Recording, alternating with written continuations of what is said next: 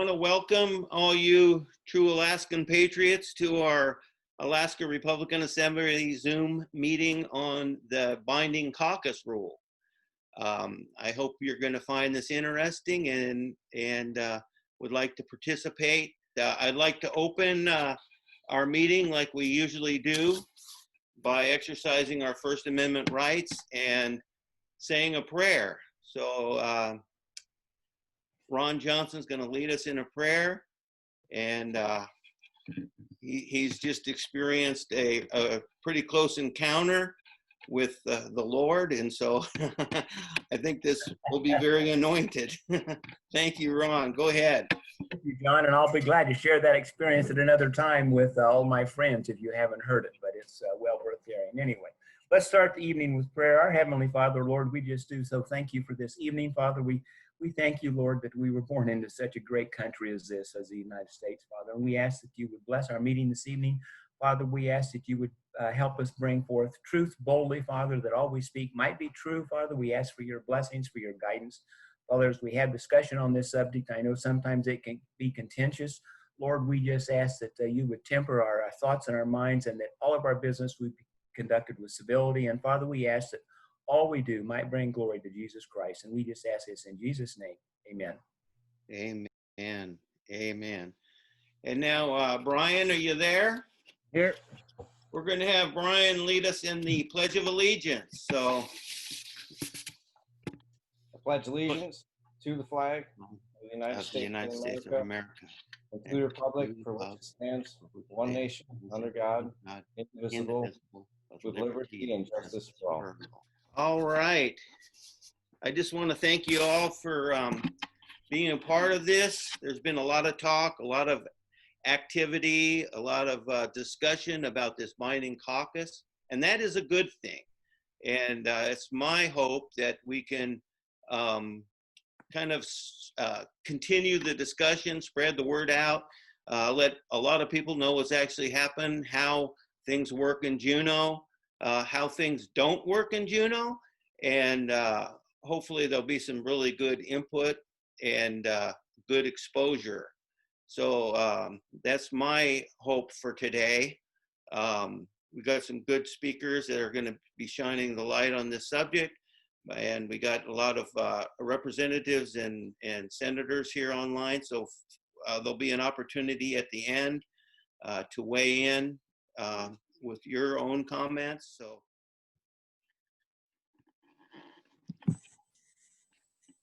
Okay, for you that are just joining us a little late, I just want to welcome you. Thank you for participating. Carol, periodically after the speaker, maybe you could remind the new people that check in just how to navigate a little bit so we don't get any interruptions, so forth. So I think we're all geared up here, the wonders of modern technology. So I hope everybody's comfortable. I am. So we're going to be talking about the Binding Caucus Rule. And I don't know about you, but have you ever wondered why certain things happen in Juneau and certain things don't happen? Such as, seems like there's a lot of people that are behind something or an issue. At a large majority or people are for it, but never seems to see the light of day. Or we elect a lot of really good people to go to Juneau and represent us, and they kind of go down there and hit a stone wall and nothing seems to happen. They come back a little discouraged. Or maybe our PFD, which everybody seems to want, never seems to go in the right direction that we would like it to and receive a full PFD.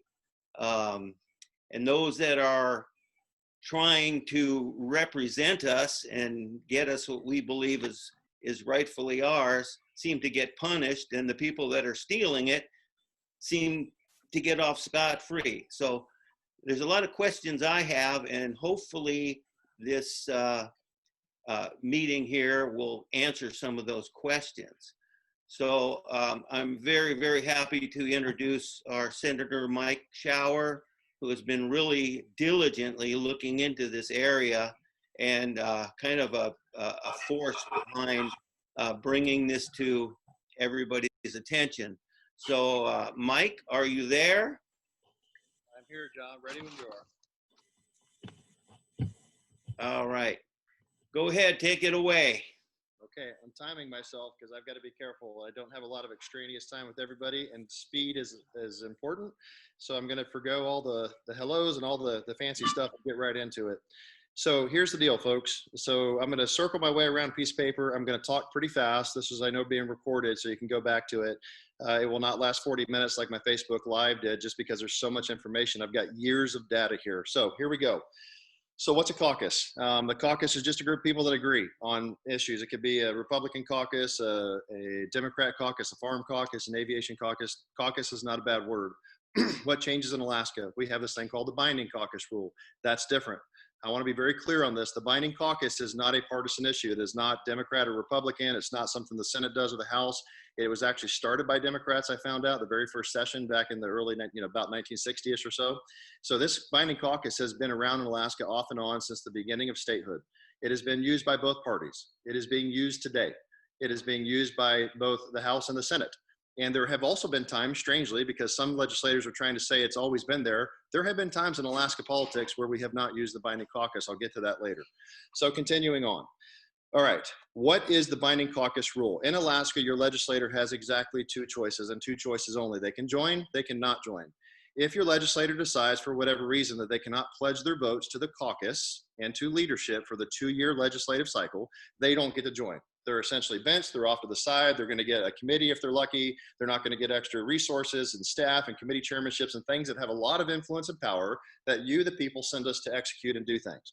So they're benched and your voice is essentially silenced. Your legislator silenced, your voice is silenced. Or they can sell their vote to the caucus, which is a part of the Binding Caucus Rule for that 2-year cycle. And what they're doing is saying, I pledge my vote, which is really a quid pro quo, and I'll explain why. I pledge my vote to the caucus for the next 2 years on all budgetary items. That means all appropriation bills, draws, and 3/4 draw on the CBR, you name it. If it's an appropriation bill, I give you my vote. I don't know what it's going to be. I don't know if the PFD is going to be followed, the statute. I don't know if it's going to be cut like it's been for years now. I don't know what's going to happen with procedural votes. I'll explain that in a minute on the floor, like SB 91 trying to repeal it, you name it. You're giving your votes on all budgetary items. You're giving your votes on all procedural items. So let's explain that briefly. Why does the budget matter? I think everybody here knows that, but just to explain it, if you are voting for the budget could be big, it could be small, it could have a full PFD, a partial, no PFD. Any of those things could happen. The draining of our constitutional budget reserve of $14 billion happened under the Binding Caucus Rule. The budgets are going back up. No matter what charts they're trying to show you right now, our budget's going up. We're over $5 billion if you include EGF and other, and the entire picture. It's going up under the Binding Caucus. Remember, folks, it's supposed to save us money.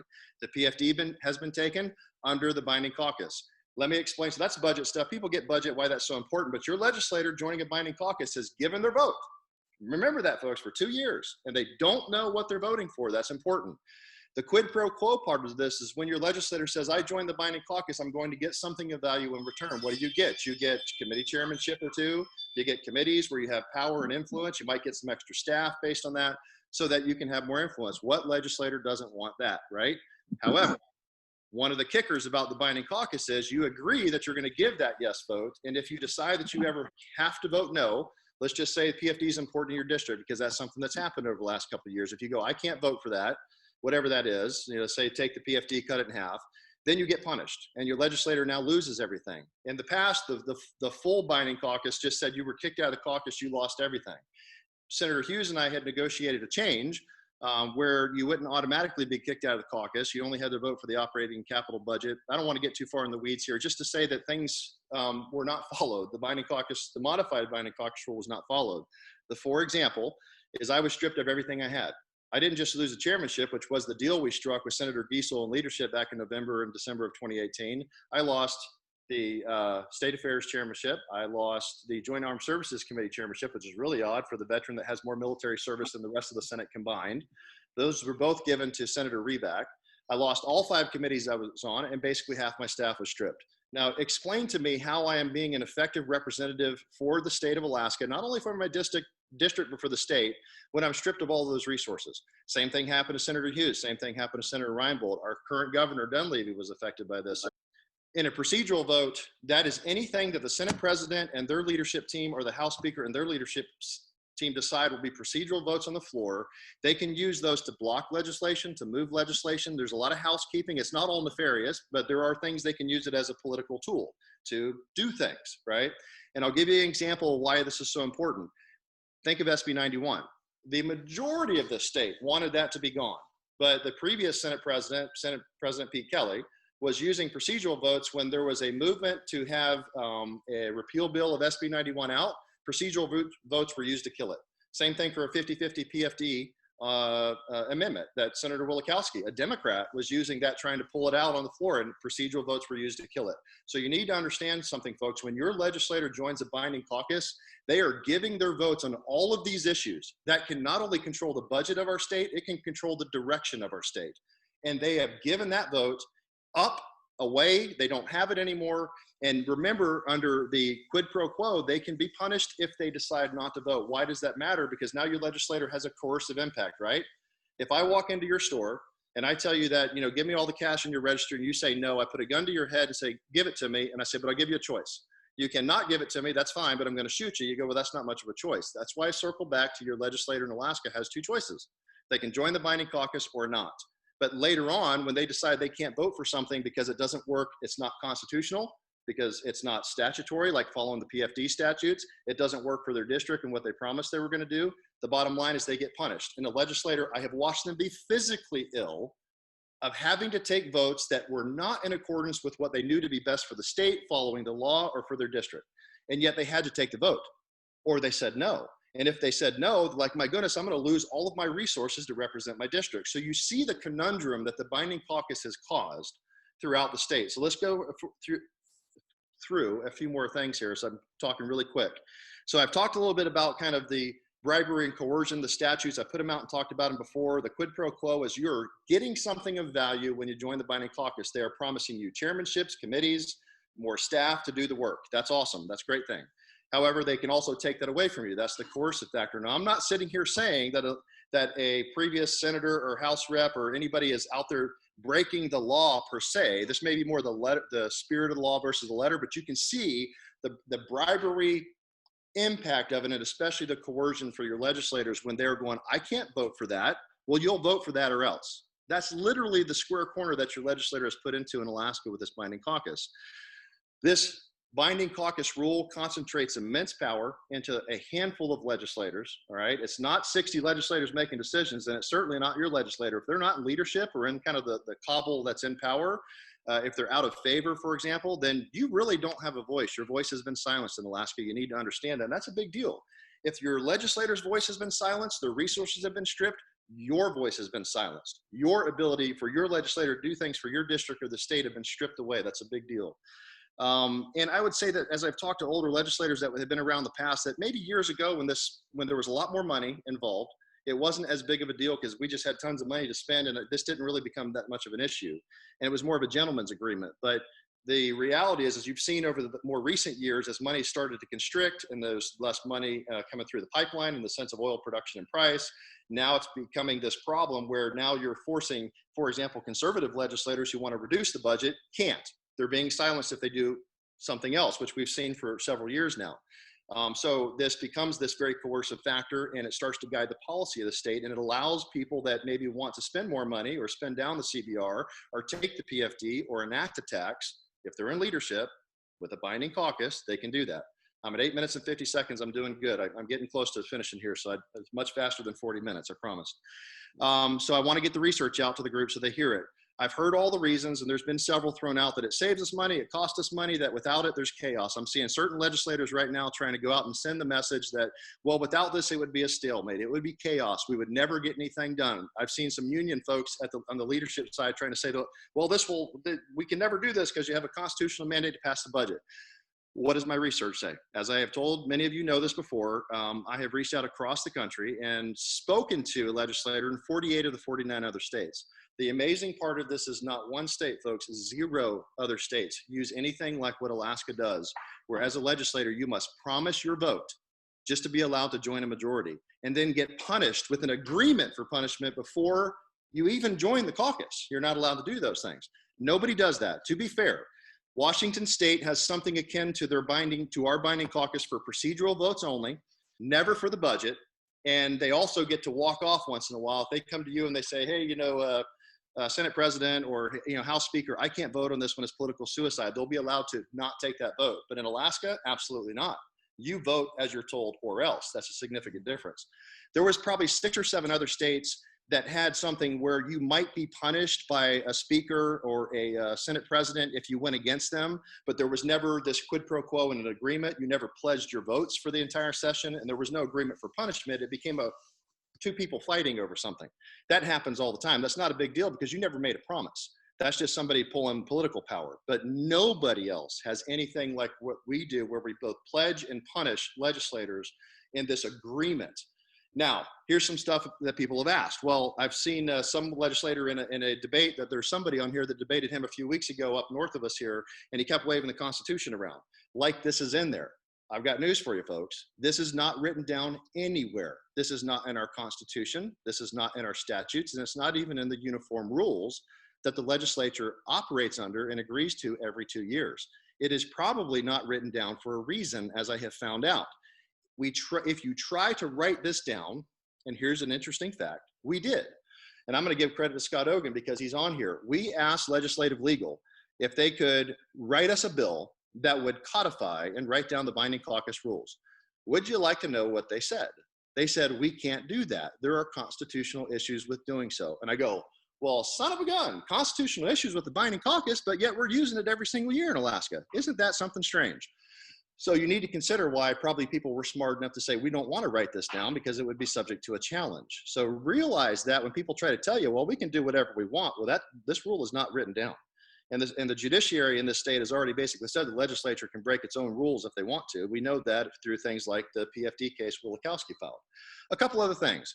How would it work? Because these are the issues, right? It saves money, it costs money, and it would be chaos. So let me just answer those because the research project I did answers those questions for you because many people have them. And so how does it cost us money? Well, I was told that in the past, if we didn't have a binding caucus, that they had to add millions and millions of dollars to the budget to convince legislators to vote for it. If they didn't add the money, the legislator wouldn't vote and they couldn't get the budget passed. Well, my question was, well, that sounds like bribery. Whoa, that's not bribery. What are you talking about? No, that's not how it worked. We just had to add money to the budget. Okay, well, I can't really square those up. But that being said, I'm like, then that would be countered by the legislator that I talked to, a former state senator from the 1980s, which, by the way, like I said, Alaska has not always had a binding caucus. He was in the Senate. Matter of fact, he was the finance co-chair. He told me flat out, Mike, we did not have a binding caucus when he was in the Senate and he was a Senate finance co-chair. He said it was harder. It took more work, but every single year he was able to come up with a budget that everybody could vote for. He said 1 year, one time, he could not get a senator to vote for the budget, and that was it. And by the way, the cost money argument doesn't fly because he said we were able to drop the budget about $50 million each year he was in the Senate without a binding caucus rule. The argument is not valid. So I said it costs money, it saves money. So I've heard it saves us money because if we have a binding caucus, we can have downward pressure on the budget. How's that working out for us? We've spent $14 billion out of our CBR under the binding caucus. We have seen our budgets drop, but go right back up again because that was mostly capital spending. We won't get into that today, but the budgets are doing this again. They're doing it under the binding caucus. We just had the largest supplemental in our history and added another $300 million to the budget back in March. We wiped out all of the savings from last year and then some, folks. Don't let people deceive you with what is out there. Our budget's going up and they're going up dramatically under the rule of a binding caucus. So we have taken the PFD, we've spent our CBR down, our budgets are going up. I got news for you. They're coming after you for taxes shortly after they take the PFD. And that's all happening under a binding caucus. It does not save us money. The third and final thing that is always the one that's been thrown out there right now by a lot of legislators and leadership especially is that there would be chaos on the floor. And I'm close to being done. And I will end it here. And I'm almost going to make 15 minutes, just so you know, thumbs up. So with that chaos argument, how does it make sense that they can say Alaska cannot do the job without a binding caucus? Because I'm hearing some people in the House minority, for example, telling other legislators that they need to stay out of this battle, all right? And that they're going to have a binding caucus next year in the House for anything to function. Well, you tell me, folks, if every other state in the union can do this without a binding caucus, and many of them have balanced budget amendments, they pass their budgets every year, they make things happen, and I've already explained how it doesn't make sense, it doesn't save or cost us money in their arguments they're making. What the binding caucus does is it concentrates power. It is absolutely false that we cannot get the job done. What this is about, the binding caucus, is about power and control. It's about a small group of people being handed immense power when they form a binding caucus. So the argument falls absolutely flat. The narrative is false that we cannot operate without a binding caucus because every other state in the union does it. Tell me what is so different about Alaska that we cannot operate without the unethical binding caucus while everybody else can. It doesn't pass the common sense test. So last couple points and I'm done. How would it work? I'll tell you flat out. You would just simply go till 1 July, right? If you couldn't agree on a budget, I guarantee you folks, by 1 July, everybody's gonna cave because checks stop going out. Legislators will make compromises and they'll get some kind of budget out by 1 July because then they're not gonna go down that path. And that's what other senators told me from across the country. Like, yeah, if we ever get to a stalemate, eventually everybody breaks because there's a point where they stop sending out paychecks. And no legislator, no politician can stand that. It takes more work. Sometimes there's pressure required. And remember, Alaska hasn't always had it, and they were able to get the job done. So the last point, and I'm done, and then open to questions and the other speakers, is we talked about the constitutionality of this and whether it is constitutional or not. But remember I said we concentrate immense power under a binding caucus into the hands of a few. So in the Senate, right, it takes, you always hear these numbers, it takes 11 and 21. It takes 11 of 20 senators to form a majority and to pass a bill. And I'm going to give some credit to Ben Carpenter. He's on here because earlier he kind of he connected some dots for me we hadn't talked about. There's 11 of 21 House representatives in Alaska, right? So, or there's 21 of 40, excuse me. You get 21, then you have a majority and you can pass a bill. But I want you to consider this, that it is only a majority of the majority that controls it, right? Under a binding caucus. Because last year in the Senate, there was 7. There were 6 of us that fought for lower budgets to override the governor or to stick with the governor's vetoes to drive our budget down to protect the PFD.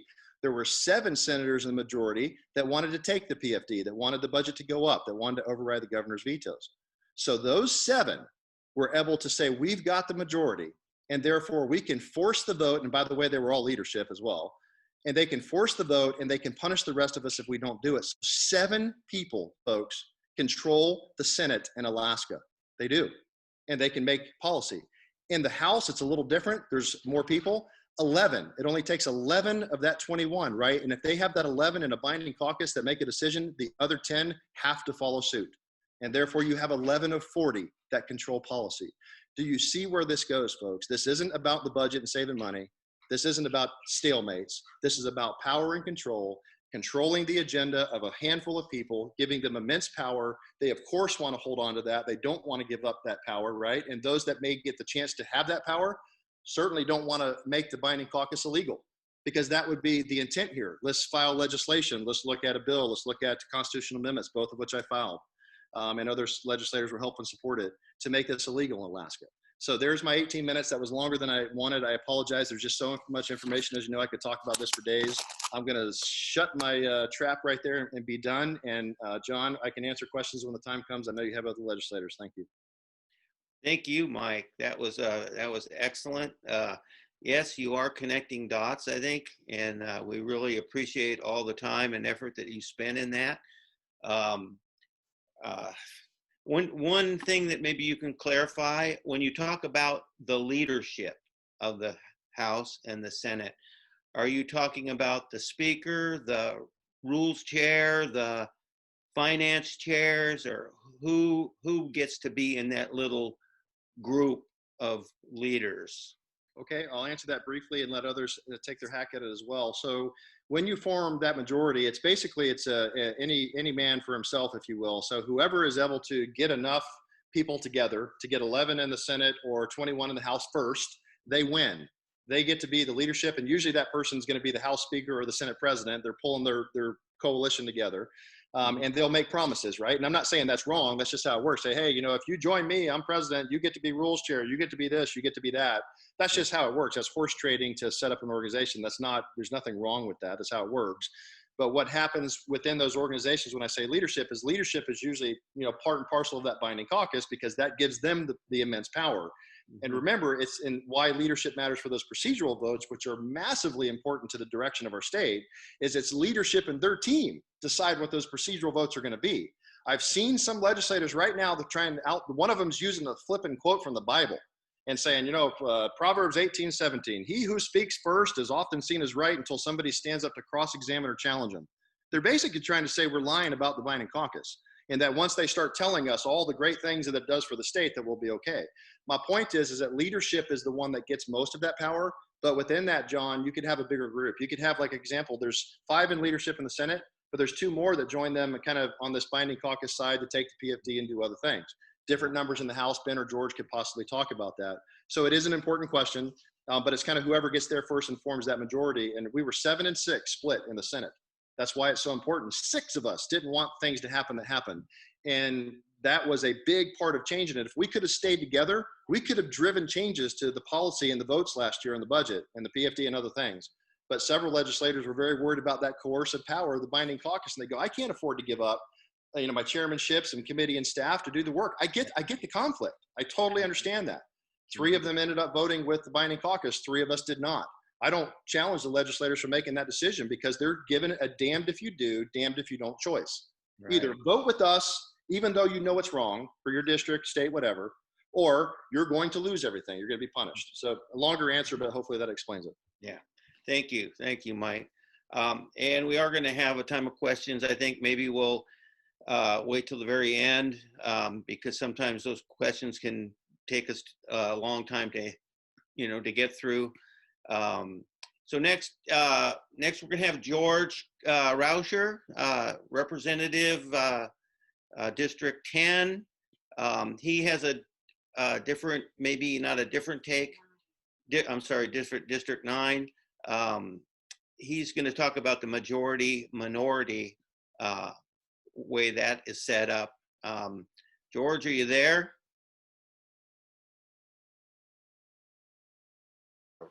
Can you see me?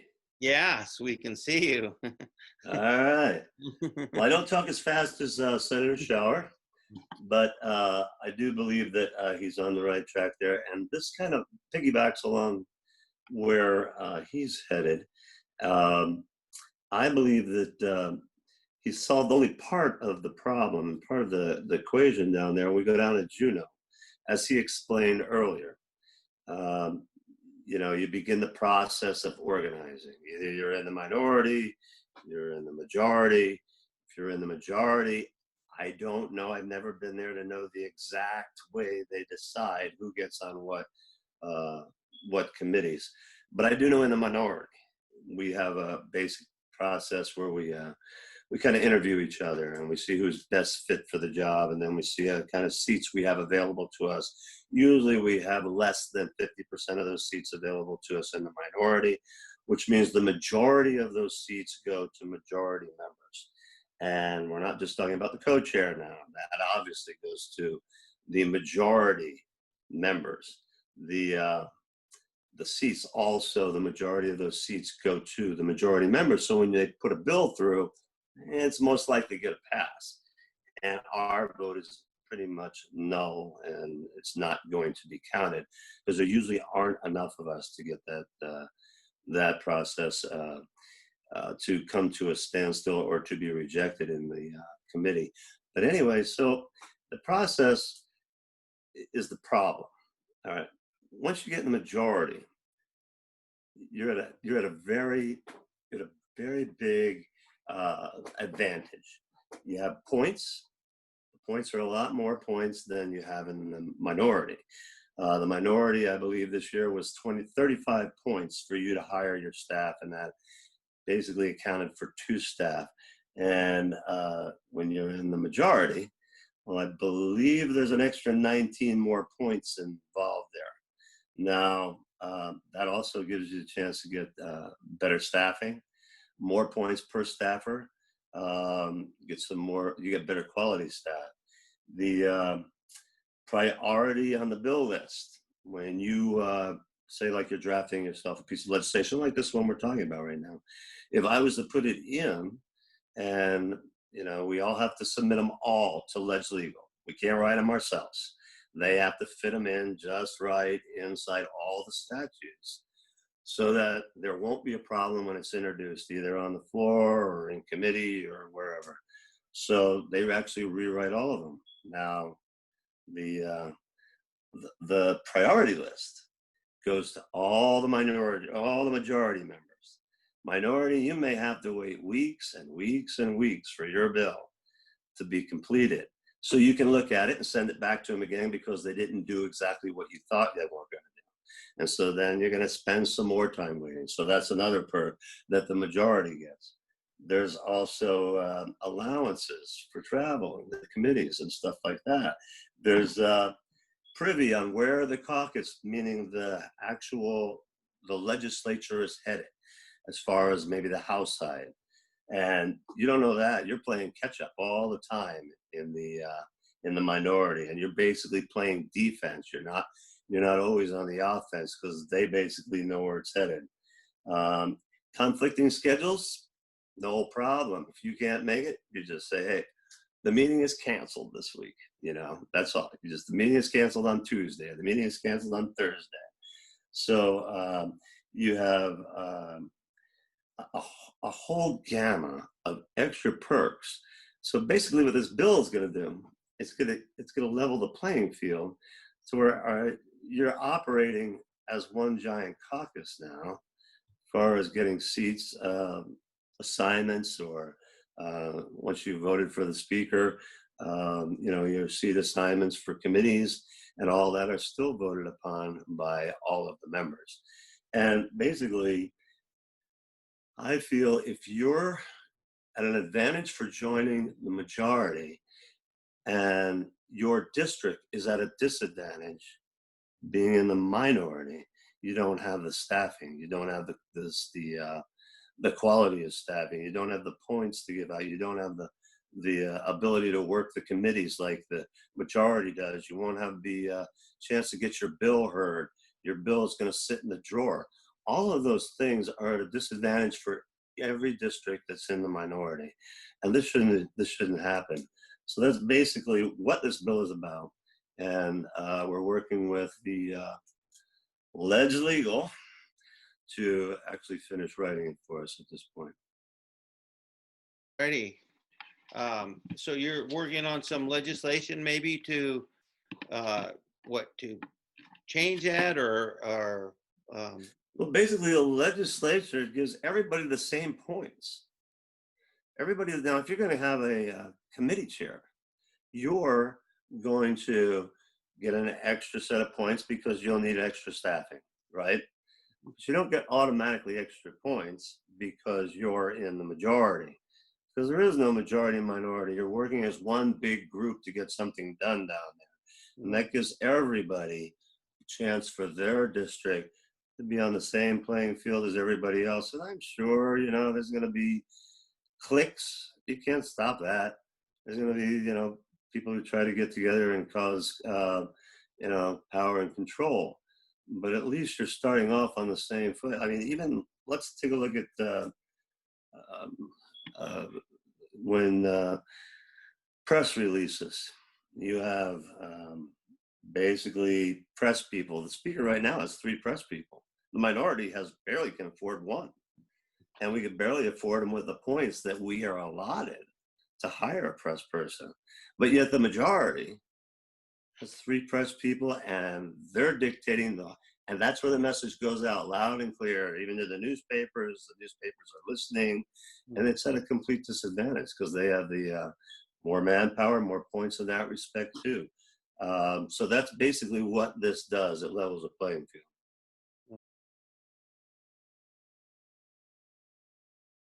Basically, I was saying I would join a binding caucus that would be bound around only one thing, and that would be ending binding caucuses. All right, but as far as joining binding caucus, I have an actual statement on my website, which I believe will clear up. It says, I feel we must pass a bill and a resolution for the legislature to abide by, to eliminate binding caucus rules in our Alaska State Legislature. I will not pledge my vote unconditionally at the expense of what is best for the people I serve and trade for a committee chairmanship. Thank you. Next up, Ben, are you there? Ben Carpenter's a representative on the Kenai Peninsula, and I talked to him briefly, and it was very enlightening what he told me. So he agreed to be on this Zoom call, and I'm looking forward to hearing what you got to say, Ben. Take it away. Hey, good evening. Thanks for having me. It's been a pleasure to be here and listen to the previous speakers. And I'm going to keep it short in the interest of time. And I think most of what I have to say was covered by either one of the speakers. And so there's really no need for me to reiterate. There are a couple things that I'd like to add some clarification. My personal belief is that the Binding Caucus Rule enables lazy leadership, lazy representation. And I'll explain why here in just a second. I also think that it skirts the intent of the Constitution. We heard Senator Schauer talk about the Binding Caucus Rule not being written down in the Constitution or the statutes or the uniform rules, meaning there is no rule or no law or anything that says we can or can't use the Binding Caucus Rule. And that's kind of been the focus of where the legislative scholarship has been on whether we can or can't use it. But I'll explain here in just a second that we're missing the point. There's the intent of what the Constitution is there for, and we're skirting it. So the Constitution, Article 2, Section 14, says, partway through the section, it says, no bill may become law without an affirmative vote of a majority of the membership of each house. We already learned, we know that the total number of legislators that go to Juneau is 60, and 40 members in the House and 20 in the Senate. So that means anything that needs to pass law, like a budget or any other law, you need 32 members constitutionally. You need 32 of 60 to pass the law. That is the intent of the Constitution, that 32 members of our state legislature agree that a law needs to be passed, okay?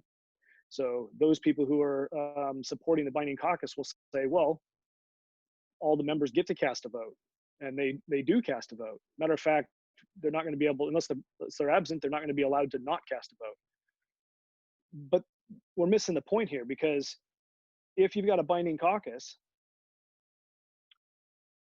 there are only 17 members of the House and the Senate, the total legislature, that are actually determining what is going to come before the House and the Senate and what is actually going to be voted on, right? Those 17 are the ones that are actually the ones doing the negotiating and the ones that are doing the compromising and the talking and deciding what needs to be done.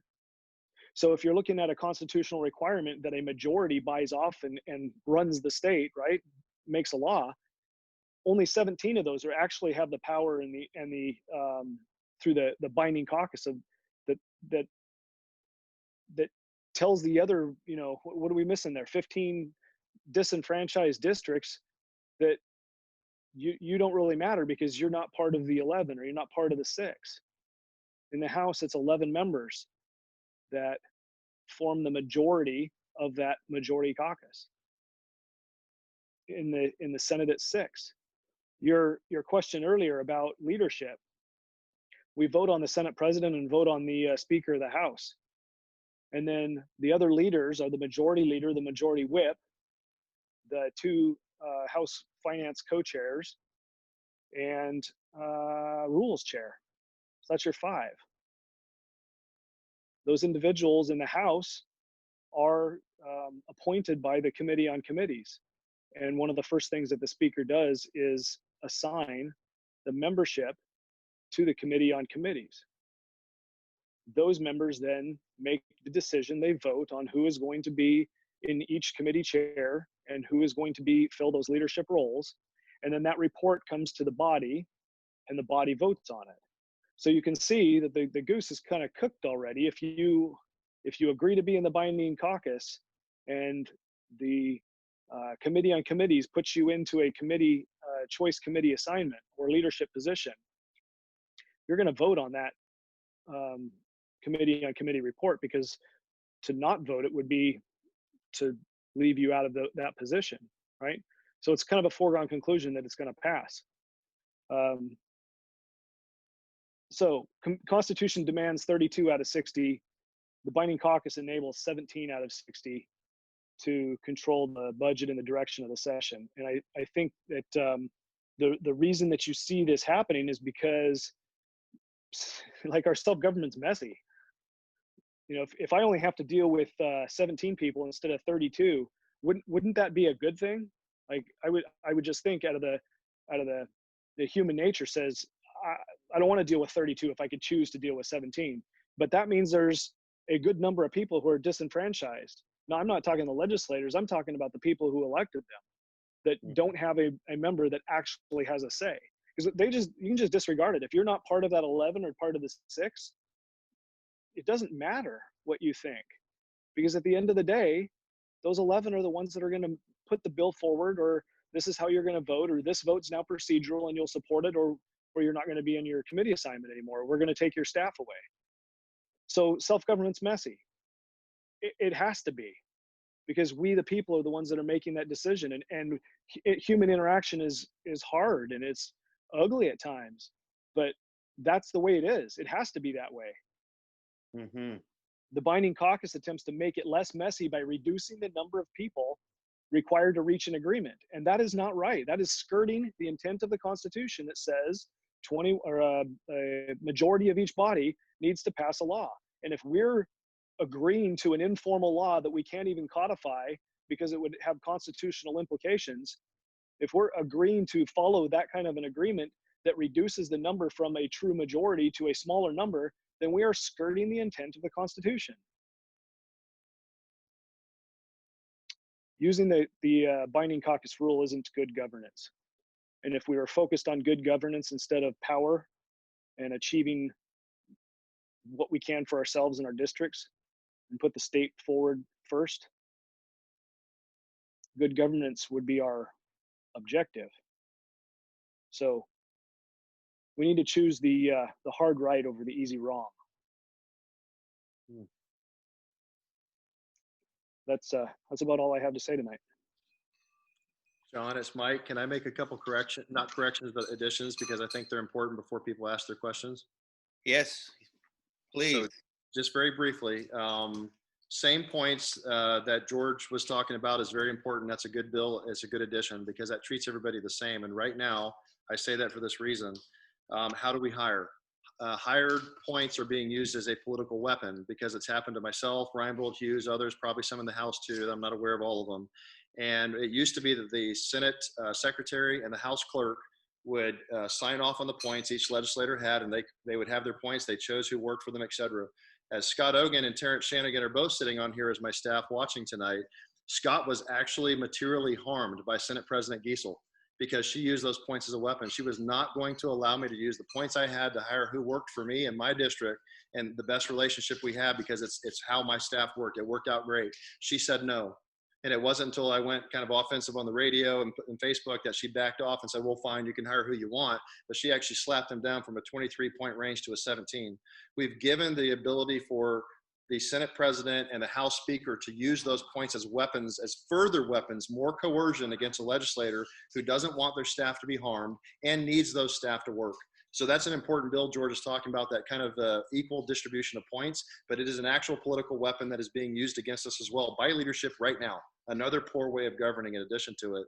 The points right now, I'm less than a Democrat in the Senate, and I kid you not, because after myself and Senator Costello and Hughes voted with Reinbold on a couple issues at the end of the session back in May, Senate President Giesel, who actually, and Coghill, and Stedman, and Von Imhoff, and Hoffman, Senate President Giesel made a comment, said, hey, yeah, we're not really sure what else we can do to punish them at this point. We've kind of taken everything away from them. I was making the joke that, well, I better check the whiteboard in my office. They probably stole it because they don't like me to use it on Facebook Lives. And the issue that came out of that was that they took away even our ability to talk to like the resource development expert and the majority staff and to the press people, et cetera.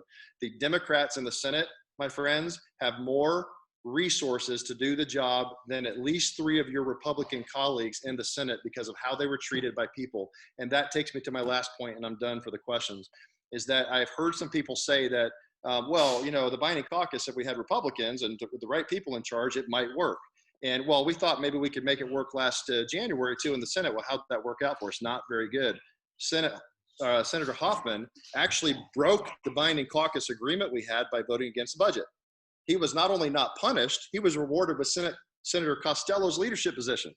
So here's my point, folks, is that to have a binding caucus, you are relying on the benevolence of fallen people that are broken, that will be hypocrites, they'll do the wrong thing. You never know, they can do the right thing too, but you are relying on people to make a system work. And if you have people come in that want to abuse it or don't like people or get vindictive, they can absolutely use all of these things as a political weapon to silence your legislator.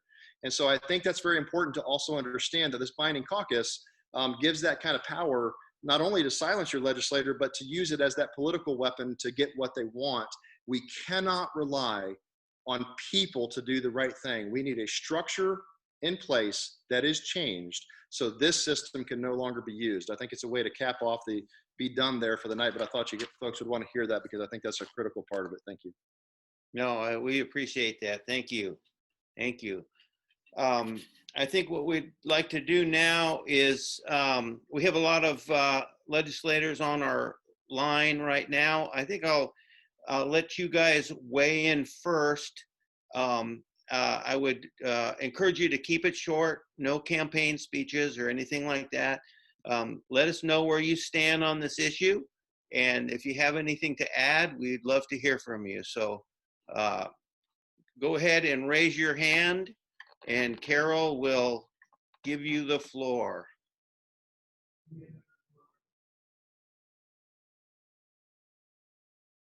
It's Kathy Tilton. This is great information that you have here this evening. There are a lot of challenges that go along with a binding caucus, and a lot of challenges that have really, I think Ben Carpenter said it right, was the lazy leadership. I have, for the last 4 years, we've been in a minority, which we have not had a binding caucus. We have we get together, we know where we're headed by working together as a team and trying to work towards those same things, but we are not required to vote any one particular way. And we still manage to work together. Yes, we have differences from time to time, but we are able to work towards that common goal. And I think that it is something that can definitely happen, but it is a matter of having to be a leader if you are going to be in an organization and bringing people together, which I feel like for a very long time, since as long as I have been involved in the legislature, has not necessarily been a goal of the legislature to bring people together for the best for the state of Alaska. And yes, every one of us needs to represent our own district and our own morals, our own values, but we can, by working together, but not being held to, you have to vote this certain way, you can accomplish what needs to be accomplished, and you can come to that final budget without asking people to go against their districts or their values or morals or what have you. So I do agree that a lot of this has to do with leadership.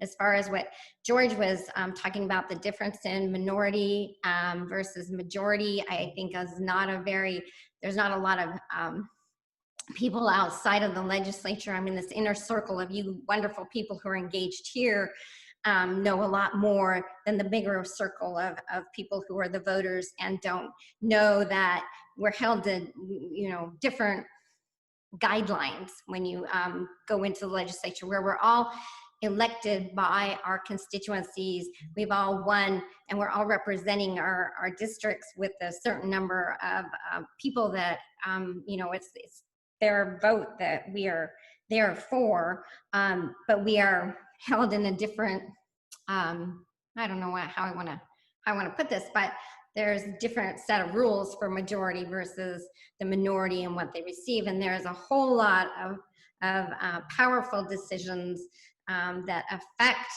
individual legislators that are made even through individuals. I mean, you could take it one step further and even say that the person who signs off on your staff is Senator Schauer was saying, in the House right now as the rules chair.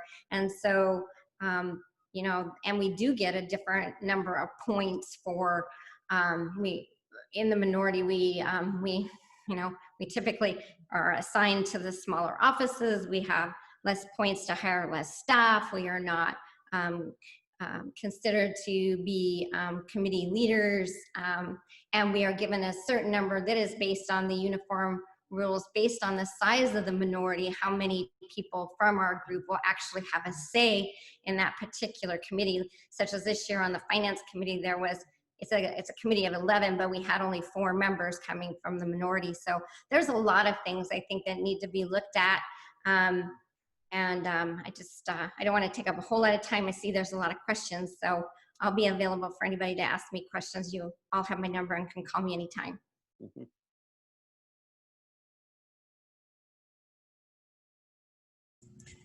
I think you've raised some very good points. I think George Washington probably would have agreed with your position. He was cautioning against factions, and this is what it boils down to. I think it would be worth considering that this might only be changed by a lawsuit, because you have to, just as a practical matter, you have to get into the majority and agree to follow the Binding Caucus rules in order to get the Binding Caucus rule changed. I don't know, just something to think about it, because what Ben was talking about on the equal representation and et cetera, it does seem that the Binding Caucus rules, certainly as they have been applied, do result in unequal representation for different constituencies in the state.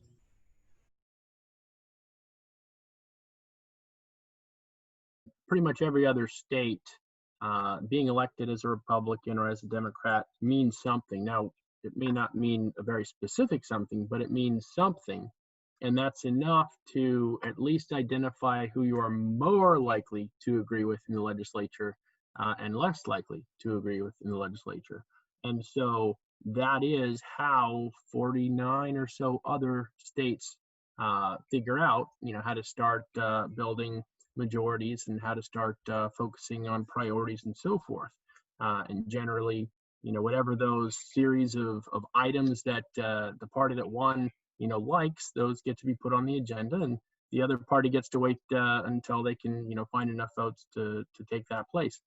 And as bad as parties can be for lots of different reasons, you know, that's a great place to start. If we have a Republican majority, which we've got a Republican majority of voters in this state, we've got a Republican majority of legislators in this state, then we should start there. We should start with the Republicans getting together and say, hey, what are the things that we can agree on as Republicans? And then you build your agenda from that point. What has been pointed out is that we don't do that in this state for lots of reasons. As soon as the election happens, we jettison parties, we jettison platforms, we jettison principles and values and those things, and we focus strictly on what can theoretically transcend all of those things, and that is power. And yes, power can theoretically transcend all those things, but only if you're willing to jettison those values and principles and campaign promise and leave them in the rearview mirror. So as candidates, as legislators, as Republicans, if you're a Republican, you need to stop it at that point. At the point that, you know, your candidate or your legislator is going to be willing to jettison those campaign promises and values and positions and reach out and grab power instead, that's when you need to say, no, hands out of the cookie jar. That is not why we elected you.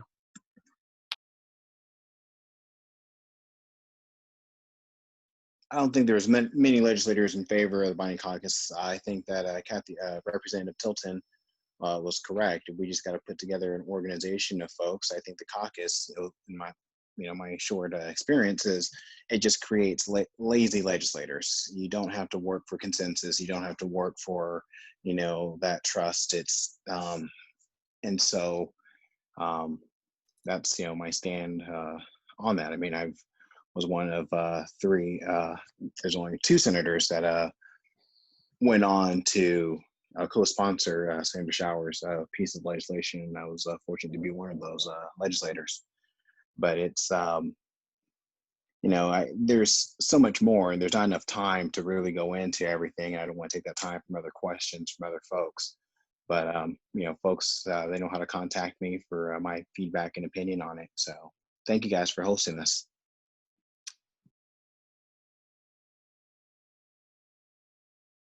One of the problems that I see with the Binding Caucus is that you have good people that you elect that get to Juneau, and then you say, what happened? I don't understand. They changed.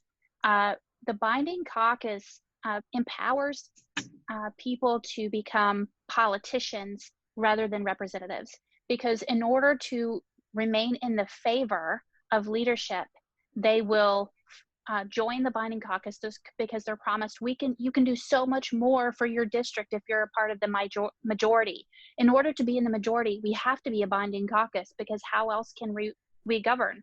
And so you become a part of the Cool Kids Club, where you get all this extra stuff where you can be an effective legislator, right? But then if there are issues that come up, you remain quiet about them, because after all, it's the speaker who gives permission for staffing and travel and just about everything else. And so you find that the voice of your legislator is becoming much more quiet. The very first thing that Homer News asked me after I was elected is if I was going to, what I would do if I didn't make it in the majority. And I told him, I'm going to be a good legislator for all of my constituents, no matter where I'm at. If I'm in the majority or the minority, I'm going to speak for them. And he was stunned. He didn't know what to do with that, because I didn't have the perspective that I was going to be jockeying for power. But that's the way it's been done here for so long. And I think people need to be aware of that, hey, what happened? They were good people, but coercion, bullying, bribery is a very, very real and effective measure. You can have the majority legislature vote for your bill. And case in point is there is the alcohol bill. What is it? SB 52. That was sitting on the House floor. It had passed the Senate. It was sitting on the House floor for its final reading for days through the end of session, and there it sat because the leadership was toying with one of the members, and that was a bill that people had worked on, I think, for 8 years, if I have that correctly, and it didn't pass. So that's how the coercion can be so strong on people, and you think, man, why aren't they pushing back? Well, it's because they can determine if all of that hard work will sit there and not pass yet another year. So, what we can do, what we can encourage you to do is pay attention in the primaries. You need to encourage people to vote, to get out, people who are not normally voting. Tell them, you want to affect the entire direction of the state of Alaska, it happens in the primaries. And making sure that good people will represent no matter what. So I just wanted to put that encouragement out there. I'm hoping for a positive change this year, because Senator Shower's done such a great job in communicating this to the public, that more people are understanding what actually goes on in legislature. And I think that's something that we haven't had before, is seeing what's going on. And social media, Zoom, has really helped that. So thank you to everyone who's been engaged, because you are the ones who are going to make this happen. Obviously, we can't do this alone, but you putting that public pressure and on candidates and talking about it and making it an issue is what's going to bring the change. We'll just open this up to everybody to ask questions or make comments now.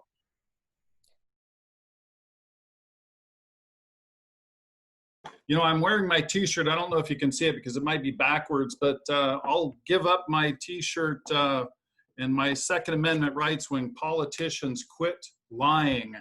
You know, thank you very much, Senator Schauer, for your testimony and your dedicated efforts on this binding caucus. This is deeply concerning, you know, because I feel that my personal voice has been silenced. And so the punishment doesn't necessarily, doesn't affect the senator, it affects the entire district. You've said three pieces that actually resonate with me. And number one is quid pro quo, also bribery and coercion.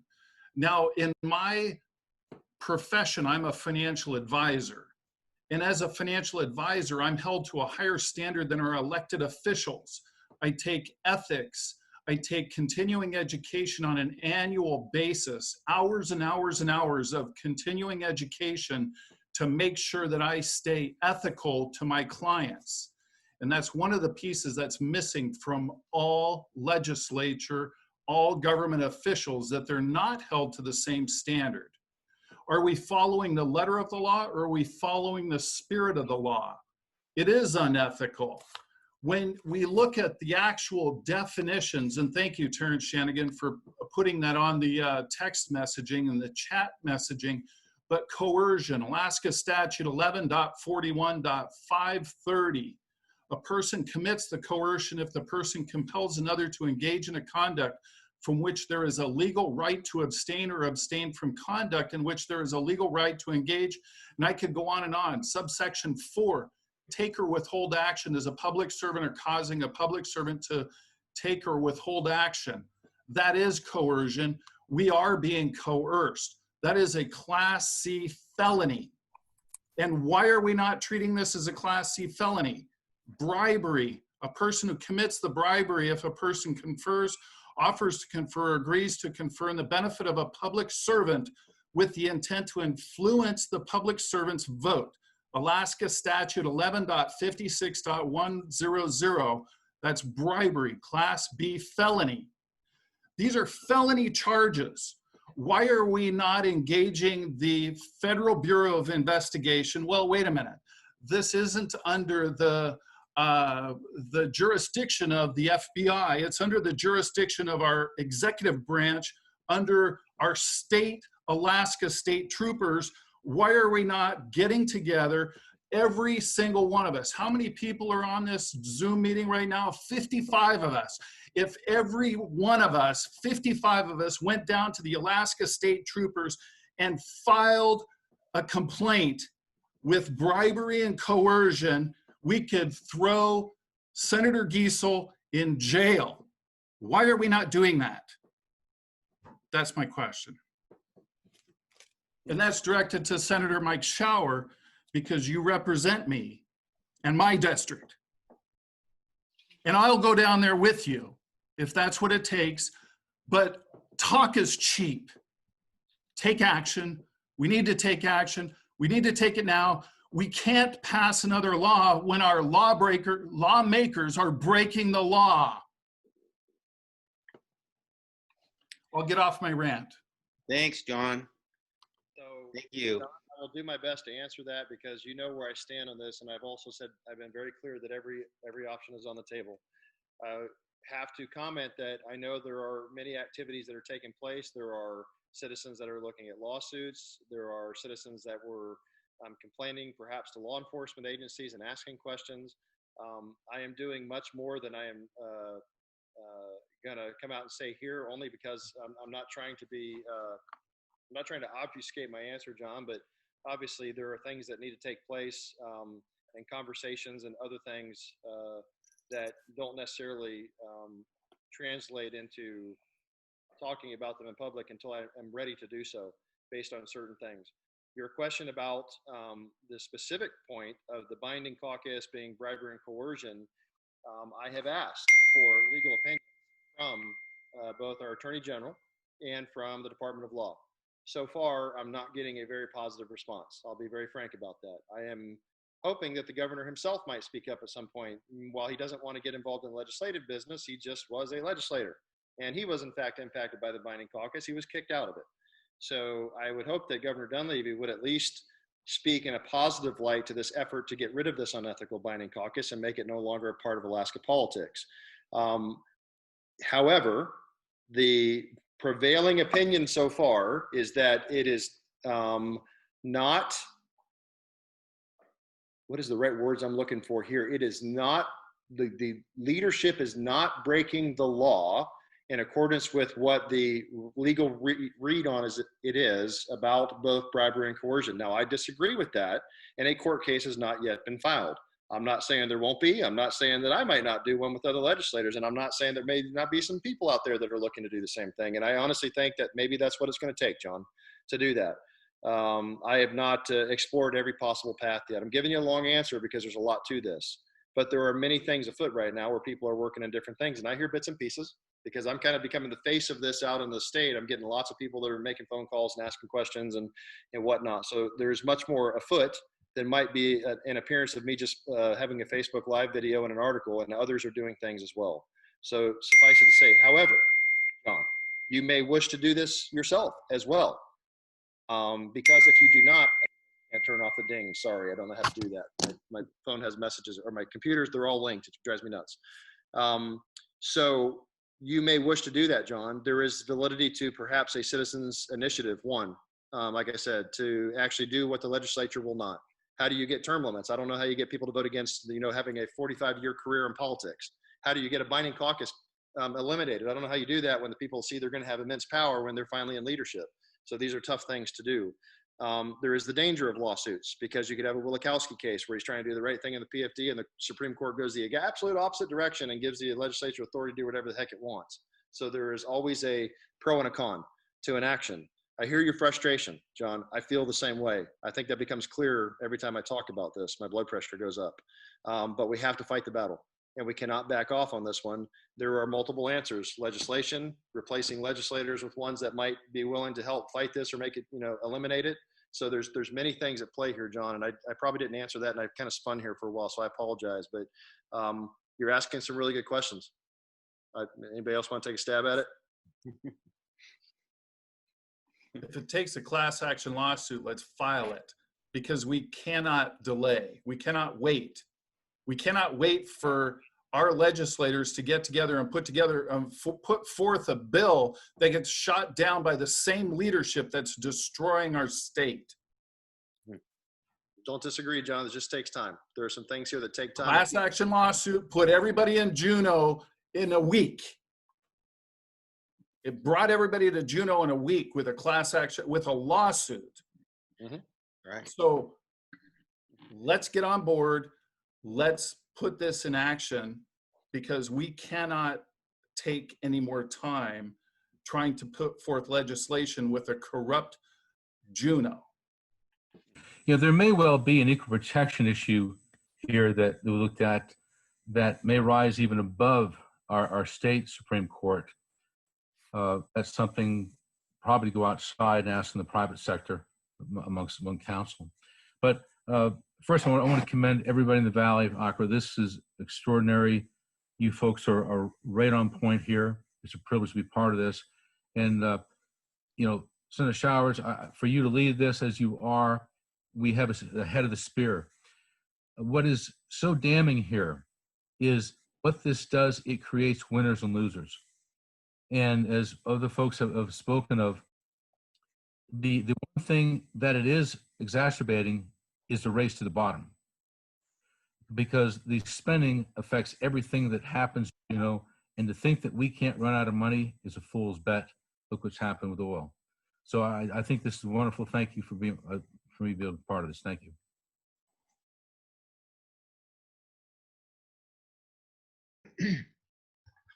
So I do have a question. I have a couple little things to say first. Thanks for the folks that we have here that are doing their best to make a difference for us in Alaska. But these problems go way back, and there's to actually document what we're talking about as far as actually happening in the corruption that we see in Alaska politics. We have our everybody knows our national conservative groups like Faith and Freedom Foundation, Judicial Watch, National Right to Life, National Right to Work, groups that we've been a part of for, well, at least almost 50 years in Alaska with some of these. And they occasionally do a survey of all 50 states as to the corruption in our government. And that's not just state government, that's city, borough, and state level government. And the one of the latest ones that I saw ranked Alaska. Well, let's put it a different way. Ranked 44 states of the 50 states less corrupt than Alaska is in what we're talking about in our governments in Alaska. I was in the U.S. Army headquarters for Alaska, and I saw from that perspective how bureaucracies really work. And you're talking serious blood and guts, life and death bureaucratic decisions made there. And then in city and state government, we started our first business in 1975 in Anchorage. So seen a lot of it, learned a lot of it, and started teaching some of this in 1978. So the couple of things that we're talking about tonight are the very top of the list when they do the survey to determine who's the list of corruptive states by level of corruption are.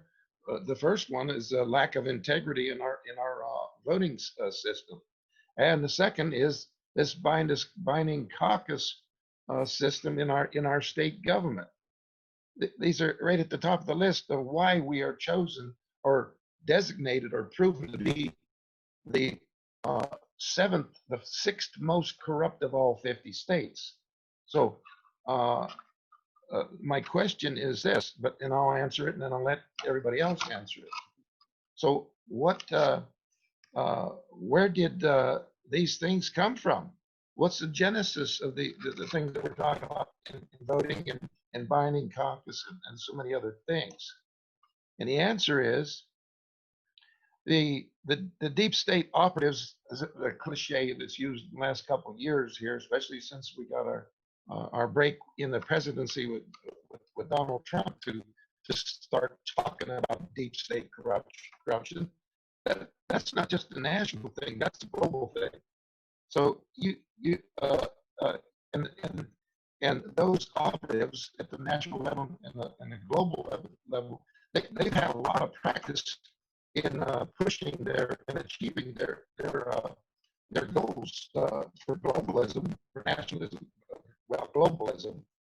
And why? Because they had 48 other states ahead of Alaska to get practiced up on, to learn just what to do and what not to do to achieve these goals and objectives.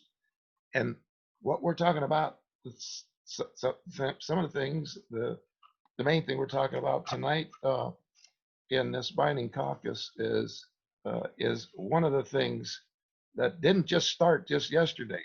It had its roots way back with the operatives at the statehood time, and to one degree or another, and then it's developed into what we're suffering under now. So there's my question is, where and when did it happen? Why it happened? And I gave the answer. So glad to listen in. This is Mike Shower. I can give a quick answer just in addition to what Jim Pazant said briefly, because there's more hands up. Just so I did find out that it happened here in the state in the very first session. Democrats started it. That's not germane because both Republicans have been just as bad with it as Democrats have. It's been on and off here, as I've described as well. We've not always had it.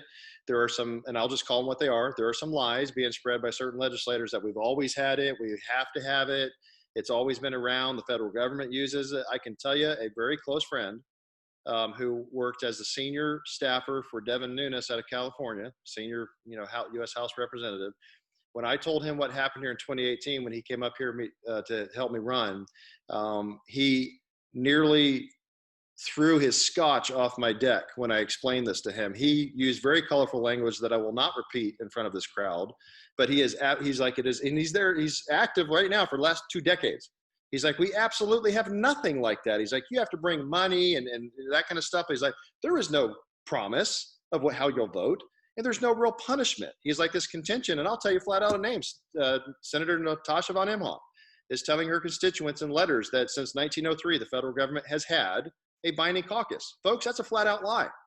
It is not true that that is the case here with this. So yes, it has been around. There have been bits and pieces that may be used here. Colorado is a perfect example, and I will stop. Colorado had something of a binding caucus like we do many years ago. They had a Supreme Court case that went to the SCOTUS of Colorado, who determined it was unconstitutional to bind a legislator's vote. They shot it down from a previous gavel act that had give a vote to every legislator. They had a battle. So this is something that has been around. It was used in bits and pieces here and there. You could use money and other things where it might happen. I explained how it could. There are some arm twisting and things that happen in other states, but nothing like what we do. So as James said, it has been around for some time, but most people have made it illegal, unconstitutional, or unethical, and they just simply flat out don't use it. Thank you. I had a question, a little bit more esoteric for Representative Rauscher, talking about breaking down some of the distinctions between the majority and the minority. He was talking about changing the rules for hiring staff. And for individual staff, that makes sense to me. Everybody gets the same number of staff members. My question comes to, he was talking about like the press staff. And it seems to me that if you had the same 3, 4, 5 people representing an entire body, either the House or the Senate, since you have competing, I don't know what you want to call it, caucuses, philosophically different people in there, if you had all of them represented by the same group for the press, for example, it would pull in some problems with conflict of interest between one person on one side of a group asking you to say one thing and a person from the other side. You know, you could have a Democrat, a Republican, or a liberal, conservative. It doesn't matter what the labels are, but people from opposite sides asking you to say opposite things at a press conference, or one thing at a press conference and something different at the next press conference. And it seems to it would cause some issues there with the shared staff. And I was wondering if that is something that you're addressing as you are crafting that bill for next session. So if I gave the impression that the Senate and the House are going to operate together, I apologize. The House is not going to have a minority and a majority, and the Senate would not have a minority and a majority. They would operate as a single caucus, one in the House, one in the Senate.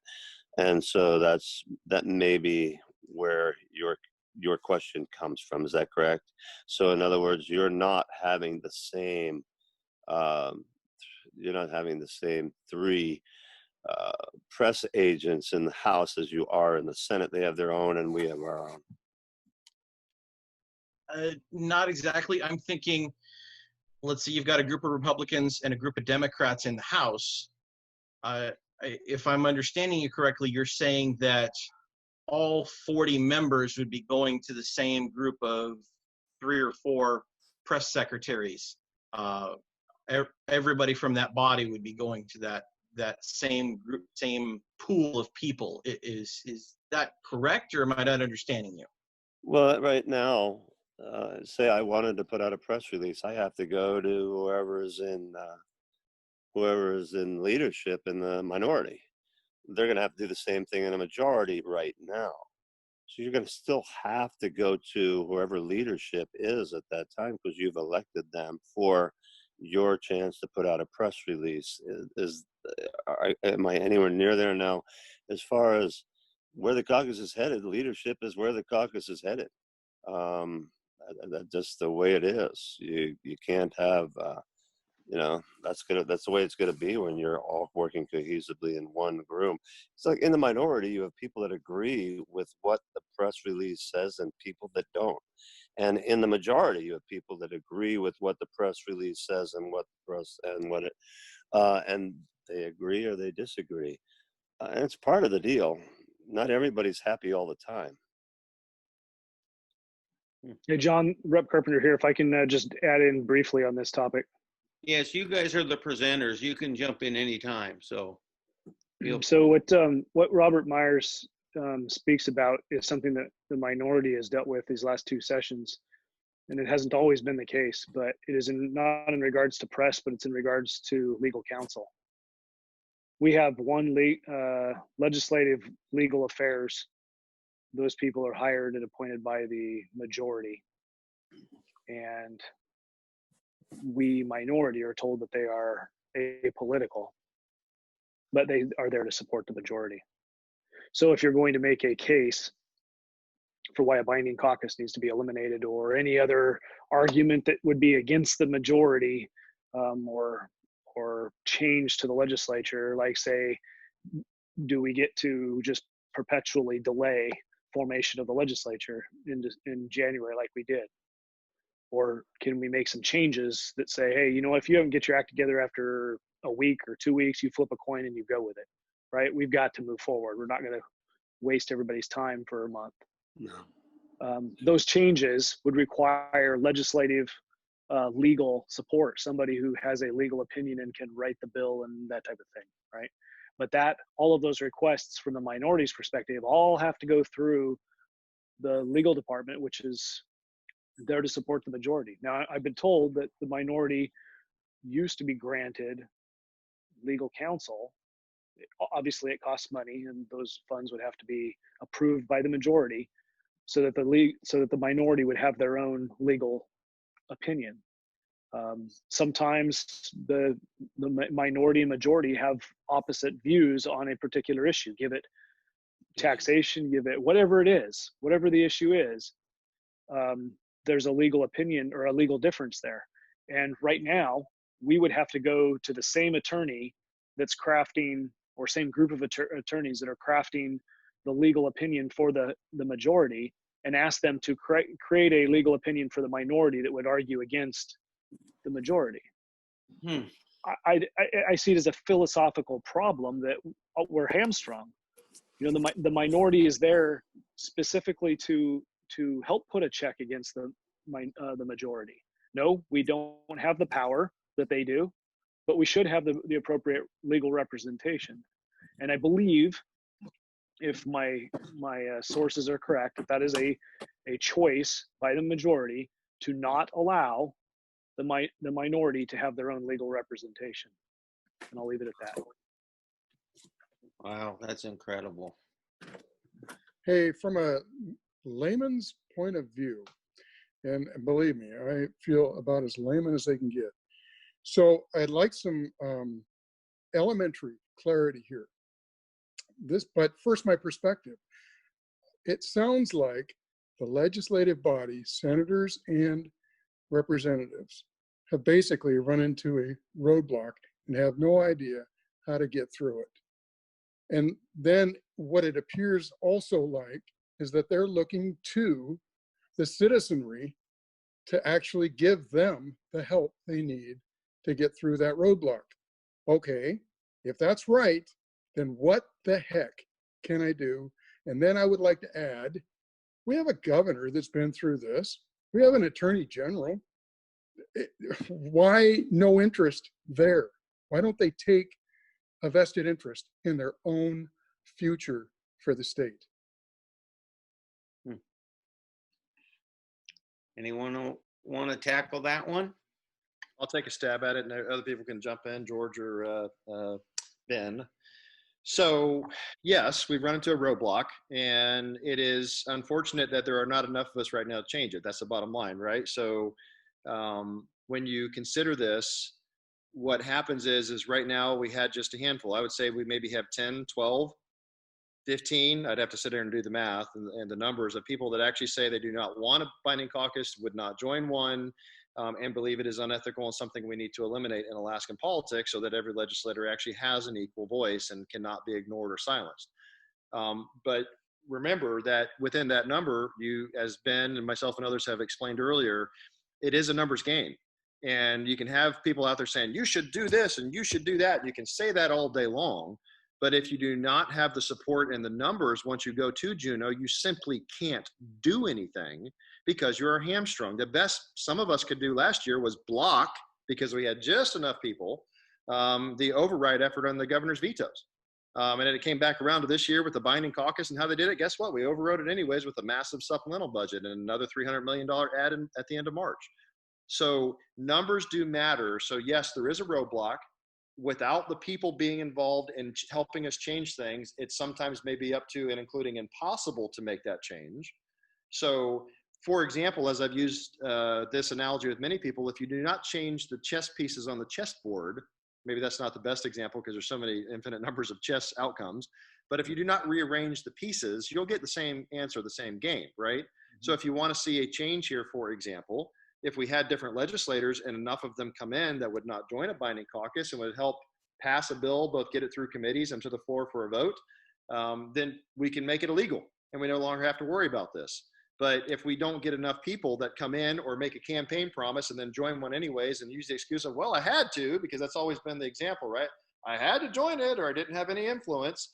And so you've had legislators that might have spoken out against it and joined it anyways. You might have some that come back and try to justify it, but if you don't have enough legislators that do not join a binding caucus and or help pass legislation that makes it illegal, there is nothing the handful of us can do right now to change this without the involvement of citizens, whether that's lawsuits, a citizens initiative, replacing legislators with new ones that no longer support it. Those are things that are real. And these are real hurdles to jump over. Why the AG is not getting involved, I don't really know, but they're not very outspoken on this particular issue. I can tell you that. And why the governor is not saying something here, I mean, that's up to Mike. You'd have to ask him. I don't know if it's because of the recall and the pandemic, COVID, they've got so many things on their plate. I don't know. Maybe Mike would say something positive to it. I haven't specifically asked him. Maybe, as I've seen some comments in the chat room, if enough people would ask, perhaps he would speak something, out there to the public and say why this is an important effort and we need to get rid of this. Hey, I was affected as your governor. That's why I'm here. So those are all good questions, but you have identified problems that we as individual legislators, even a handful of us, cannot simply overcome. We don't have the numbers to do so right now. And so I hope that answered your question. If you want to follow it up and change it, please feel free, or if somebody else wants to jump on to further add more illumination, that would be helpful. Hey, Mike, I'd just jump in and say this is a problem that's been festering and causing problems within the state for years and years and years. We can't expect a quick solution. It's something that's going to have to, everything worthwhile is uphill, right? And it's just going to take some time to fix. I'm reminded that the day after the 4th of July, 244 years ago, those signers of the Declaration of Independence were thus committed. They decided what they were going to do, and they committed themselves by signing on the line and putting it in the post and sending it off to King George, right? So there's nothing different from then to now. If we want to see change happen, we recognize the need. We have to get committed, and if you look at history books as to what happened to the signers of the Declaration of Independence, it wasn't necessarily good for a good lot of them. So it's going to take effort and time and money and resources and know-how and patience, gobs and gobs of patience, to move the machine the way that you want to do it. That's just the reality. But it does not get started until somebody who cares, or somebodies who care, decide that this is it. This is the line in the sand, and I will go no further, and we'll move forward. If it's a citizens initiative, then fine. I mean, how many people can I ask that aren't the ones that are always involved in the legislative business here, just the John Q. public, and say, hey, who's your legislator? maybe they know, maybe they don't. And I certainly think that if we say who's the legislator that's in the legislature that needs to go to get that change done that you need it to do, that you want to see happen, well, they're certainly probably not going to know the name of another legislator in another district halfway across the state. But that information is knowable. It requires time and effort and communication and education on the part of the electorate to go find that information. And I've got my representative in my district and I'm supporting that person, but maybe some of the support that person needs is better teammates. And I've got to figure out who I need to support in another district, right? Makes it very difficult for elected representatives. We recognize it, but whoever you send, we have to figure out how to work with. So it puts us in a very tight position where come November, whether we want to work with somebody or not, they're going, and we're going to have to figure it out. And what we say between now and then might jeopardize or make it more difficult for us to do that work, right? So those conversations are sensitive but they need to be had. And those people who are operating in a district where they're happy with their representative, well, maybe the calling isn't for helping in that district necessarily. Maybe the calling is to help in another district that needs assistance with replacing the legislator. I don't know. I'm just throwing this out here. That's a piece that if you don't know the answer, well, then start asking the questions and educate yourself and educate others. I mean,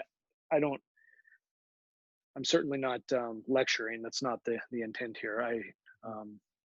2 years ago, I wasn't involved. And I just said, if not me, who? And if not now, when? And let's make a go at this and do the best I can and never stop learning. So that's the thing that I would add. Thank you, Ben. Yep.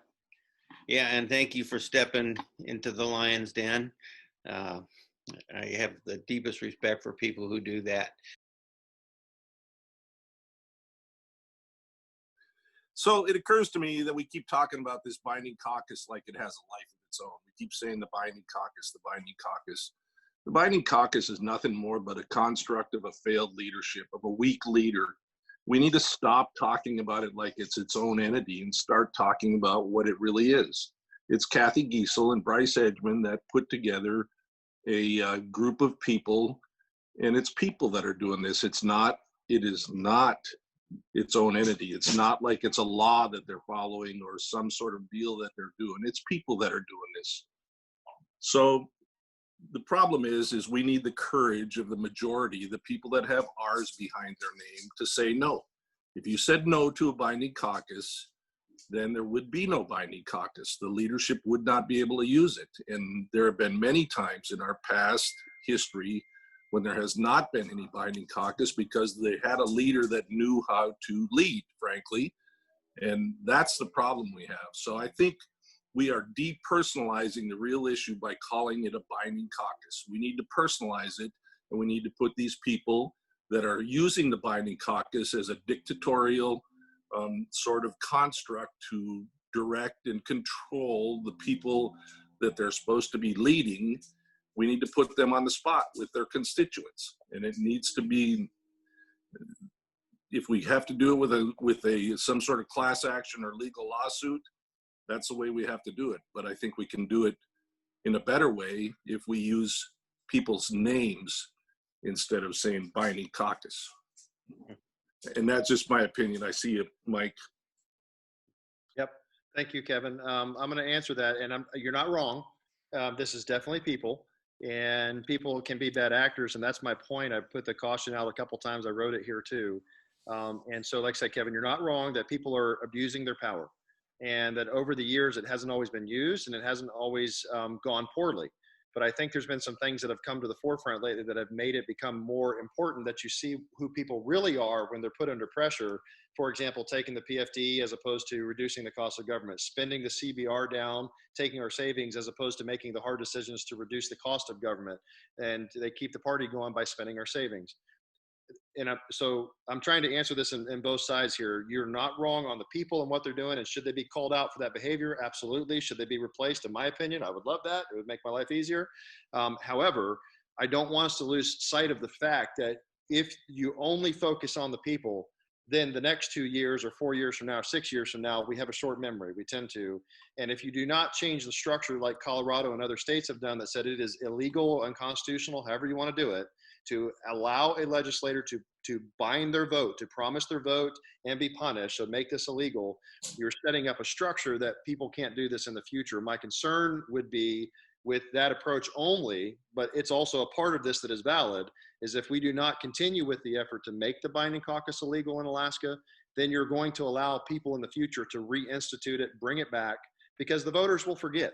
If we had good times, they just simply do. We know that. And so at least as part of what you are saying, I think we cannot lose sight of the fact that the binding caucus rule must be made illegal in Alaska, so we no longer ever have to worry about the benevolence of leadership doing the right thing, because we already know with examples they won't necessarily do it. So it's a little bit of a back and forth answer with you there. I don't disagree on the one side, but I think we still have to do the other thing to make it work in the future, or we put ourselves here again, is my point. So for what it's worth, anybody else or Kevin, a follow-up, please. Thank you. Well, so it's not like the legislature follows the laws anyways. I mean, they proved that with the Wasilla legislative session. There's a law that says they have, but anyways, you know all that. But my point being, you could make it a law all you want and they're not going to follow it. So we either need to find a way to make it so unbearably hot if they try to do this again, or you need to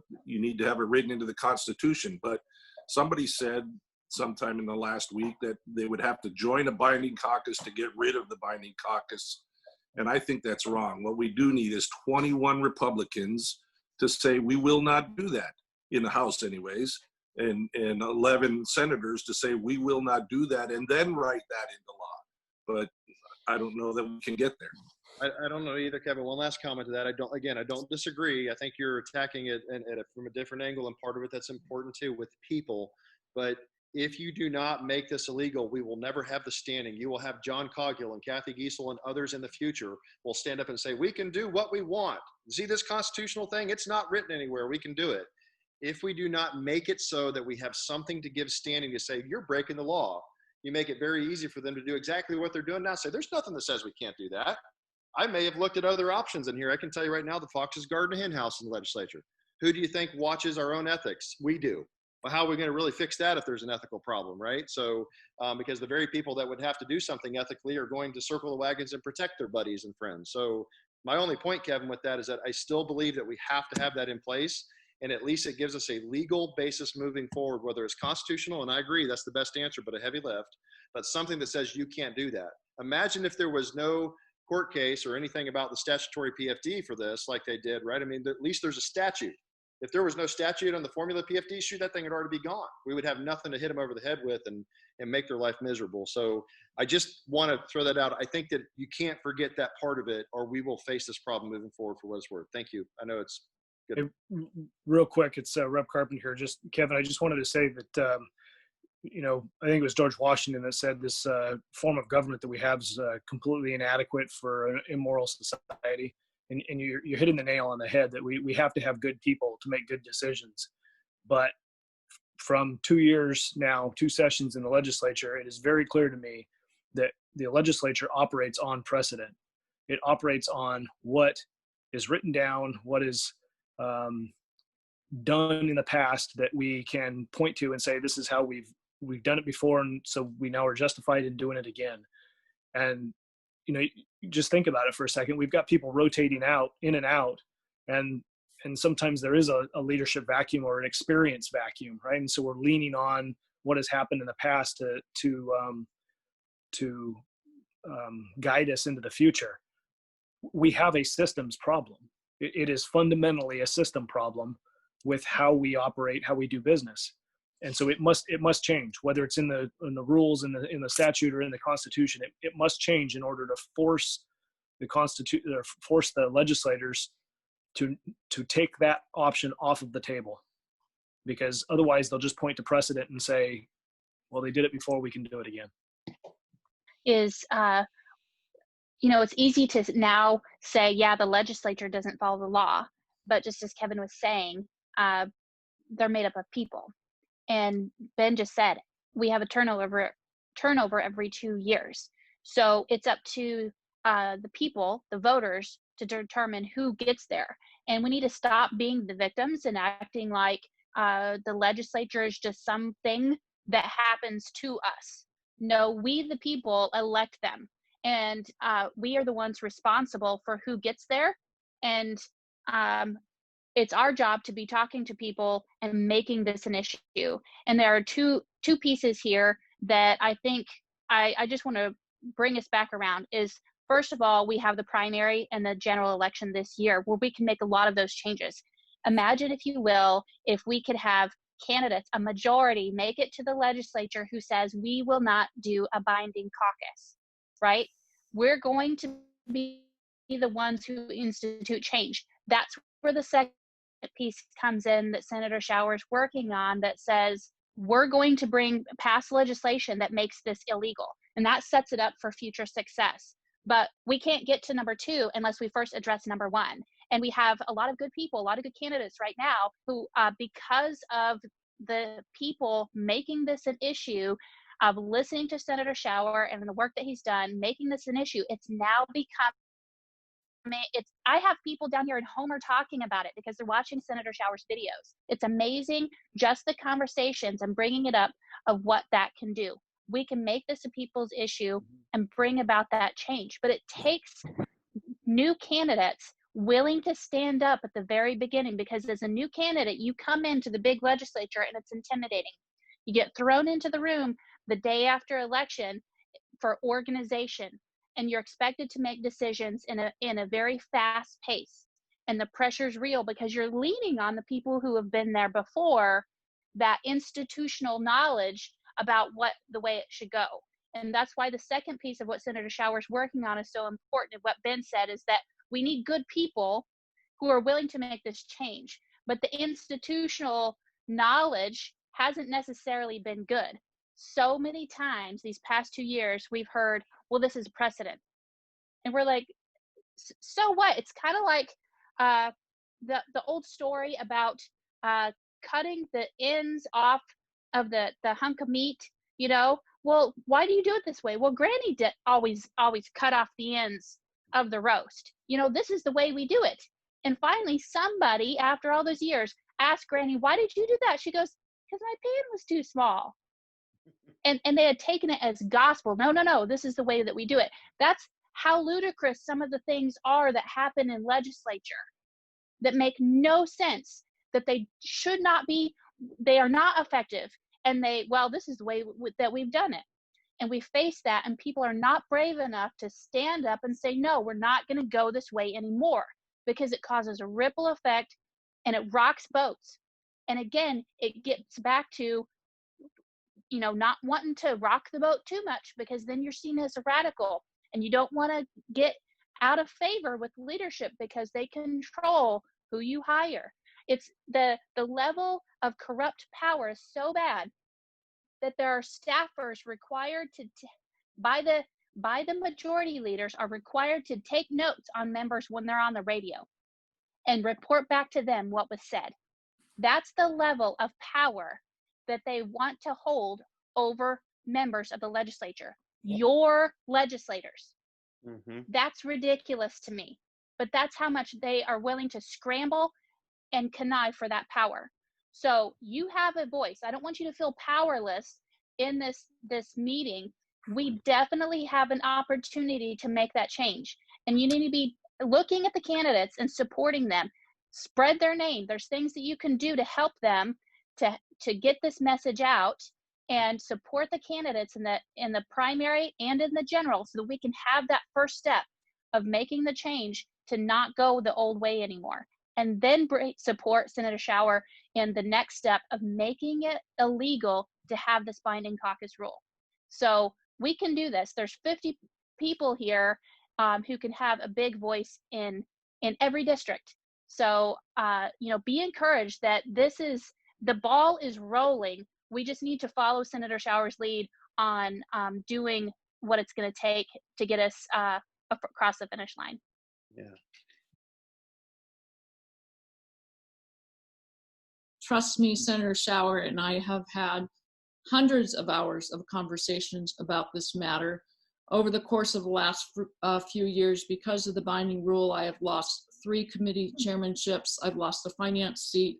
I've lost 4 seats on committees. I've lost 4 staff. My staff has taken pay cuts, etc.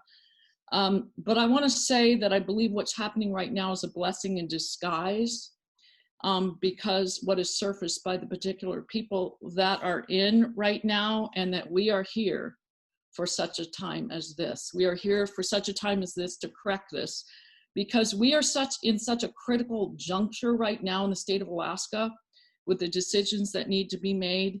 It would be very bad for the state for a few elite people in power to make the decisions.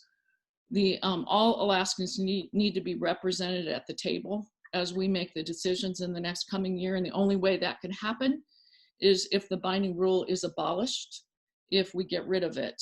So I'm really pleased the momentum that is building up. I do want to say, Kevin, I understand I came on right when you were talking about kind of pinning it on people, and I get that, and that's kind of a gut reaction. But the reality is that dozens, hundreds of people have actually been involved over the decades, and some of those are not serving anymore, but they're still alive.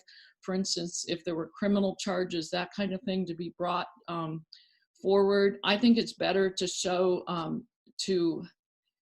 perhaps we can get a criminal connection. And Mike talked about the fact that if you look at the bribery coercion statutes, it uses the phrase public servant and uses the word vote. So you can't escape. It's not just a white collar crime. It does involve the legislature. And I'm hoping that someday we will actually get a legal opinion from our criminal division, basically warning the legislature that this practice should be no more, because there will be investigations if the practice continues. But in the meantime, until we get something like that, I will tell you I've had conversations with 5 attorneys in the last few weeks, and whether it's from the criminal side or the constitutional side, there's a real problem. But I think right now, between now and August, and between now and November, the message that needs to get out to the people of Alaska is that they don't want to send their legislator to Juneau and have that legislature vote on behalf of an elite leadership. They want that legislator to vote on their behalf. And that's really getting it down, I guess, to the bumper sticker. But you can ask anybody, and I don't care if they're on the far left or the far right or the middle.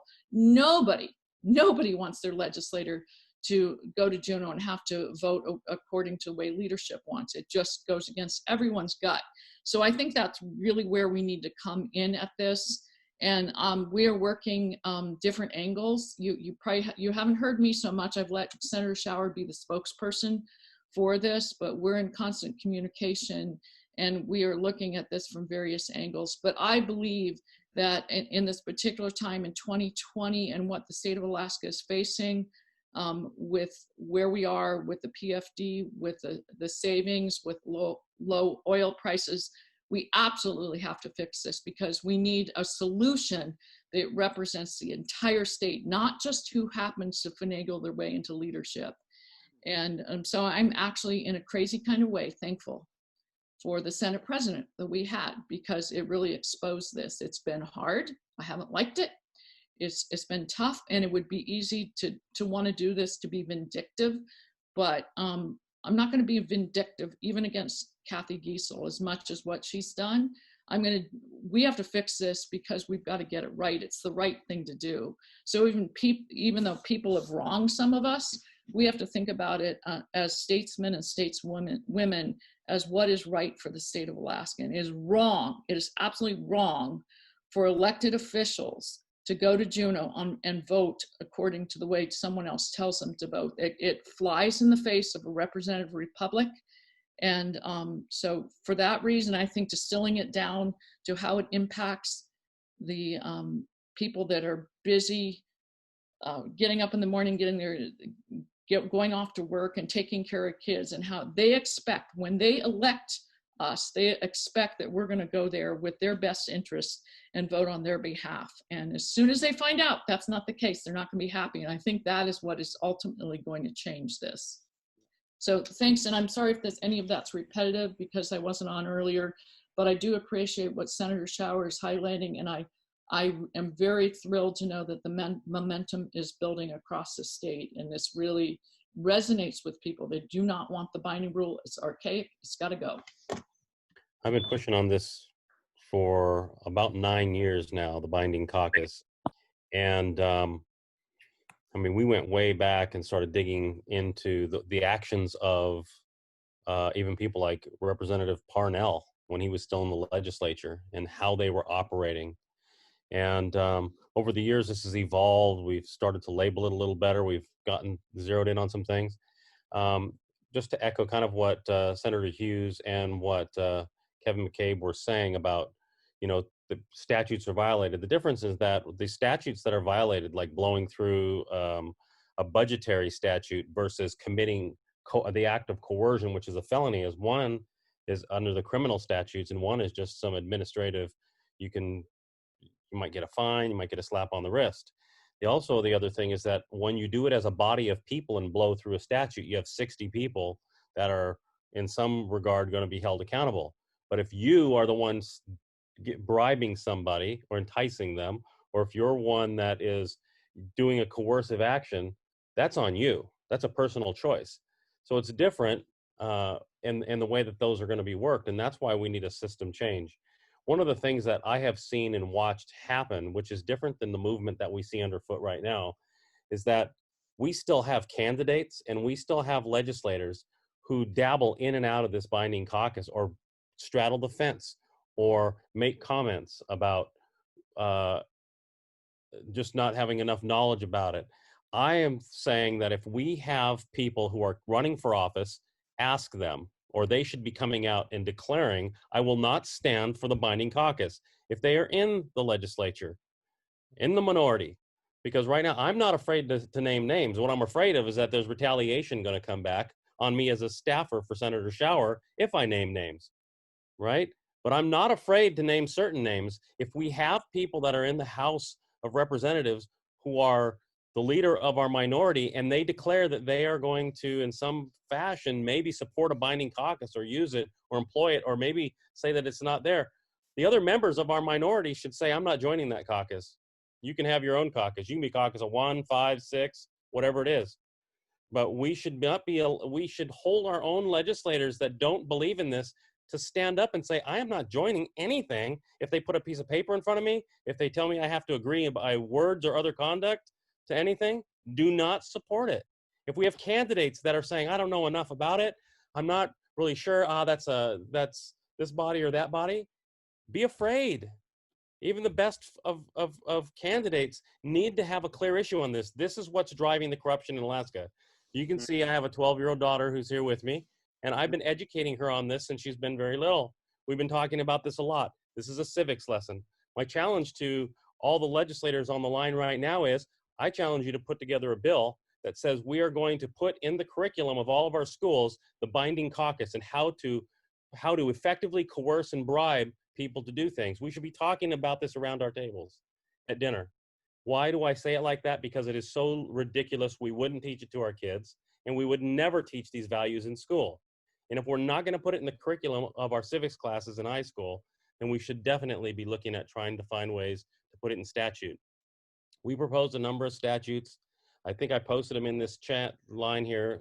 SB 187 was just a stab in the dark at trying to put this to work and trying to say, look, we can start to codify this. What hasn't been made really clear is we have legal opinions, 2 of them, that came from our own Ledge Legal that were really similar to Supreme Court rulings around the United States. But those legal opinions came back and said, when we tried to codify, that you have constitutional issues. What we haven't really talked about here is free speech issues. A legislator should be free to speak. And as we did, and I've got 2 decades in law enforcement, and I'm a former Alaska State Trooper, and I worked on crimes where we dealt with voting issues. This certainly would have been one I would have picked up and took this case. So to think that we have offices that are not doing this. It is a political issue, and we have political appointees that are making political decisions not to pursue this. It's a hot charged issue, but there are definitely, Senator Hughes is spot on. It deals with votes and it deals with suppression of a person's voice. The legal opinions we have that came back highlight that under the US Constitution, free speech, there are concerns, and highlights under the Alaska Constitution under free speech, because a legislator should never be intimidated, coerced, or limited in any way to say what they want. And there are all sorts of things in the Opens Meeting Act and throughout.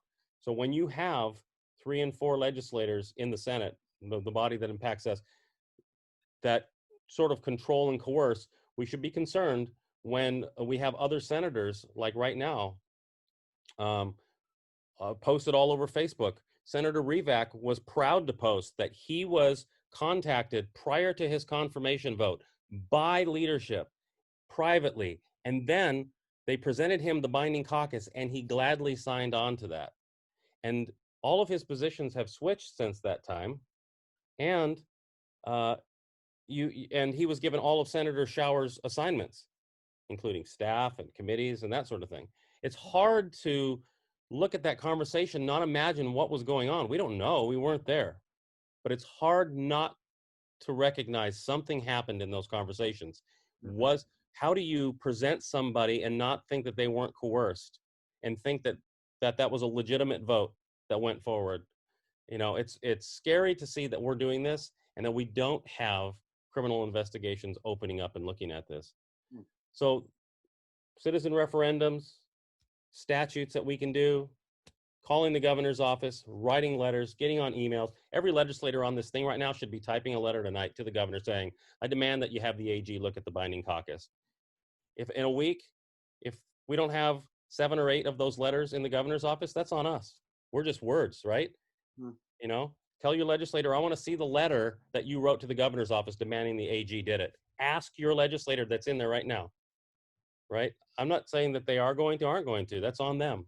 But if you have an expectation, go one step farther instead of just talking here tonight. Because I'm 9 years into this and I'm frustrated. I am up to here. I'm tired of having to explain to my daughter what bribery and coercion is and never, ever, ever do that. Right? So that's it. I'm off the soapbox.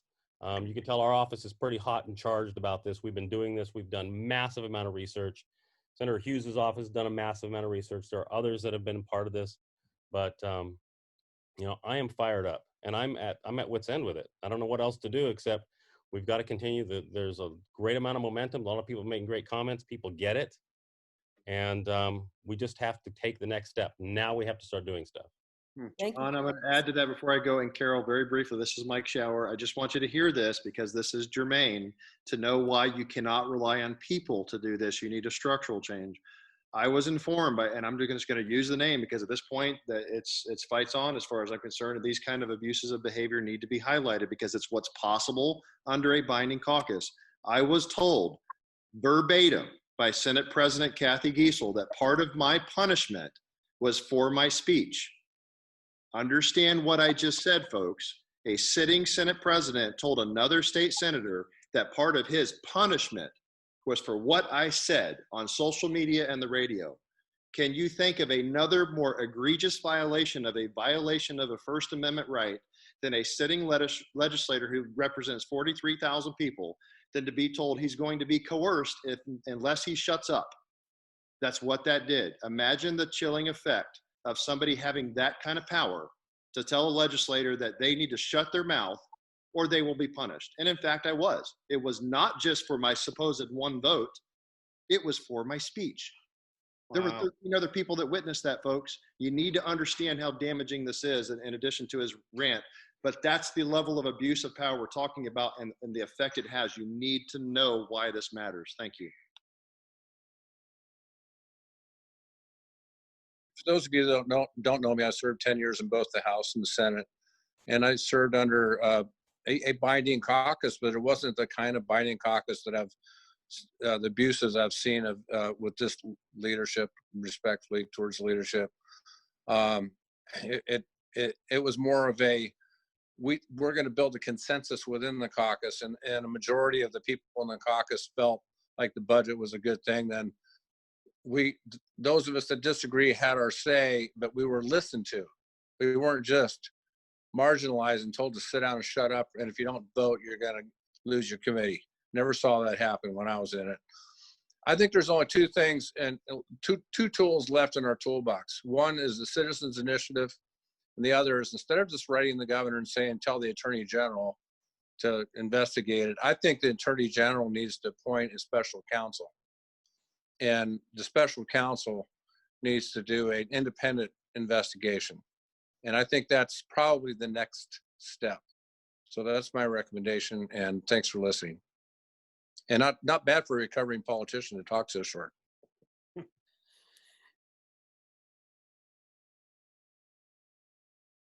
So I'm Elijah Verhagen. I'm running for District 6 State House. I am so ecstatic to be hearing all this and to see how many people are in this chat.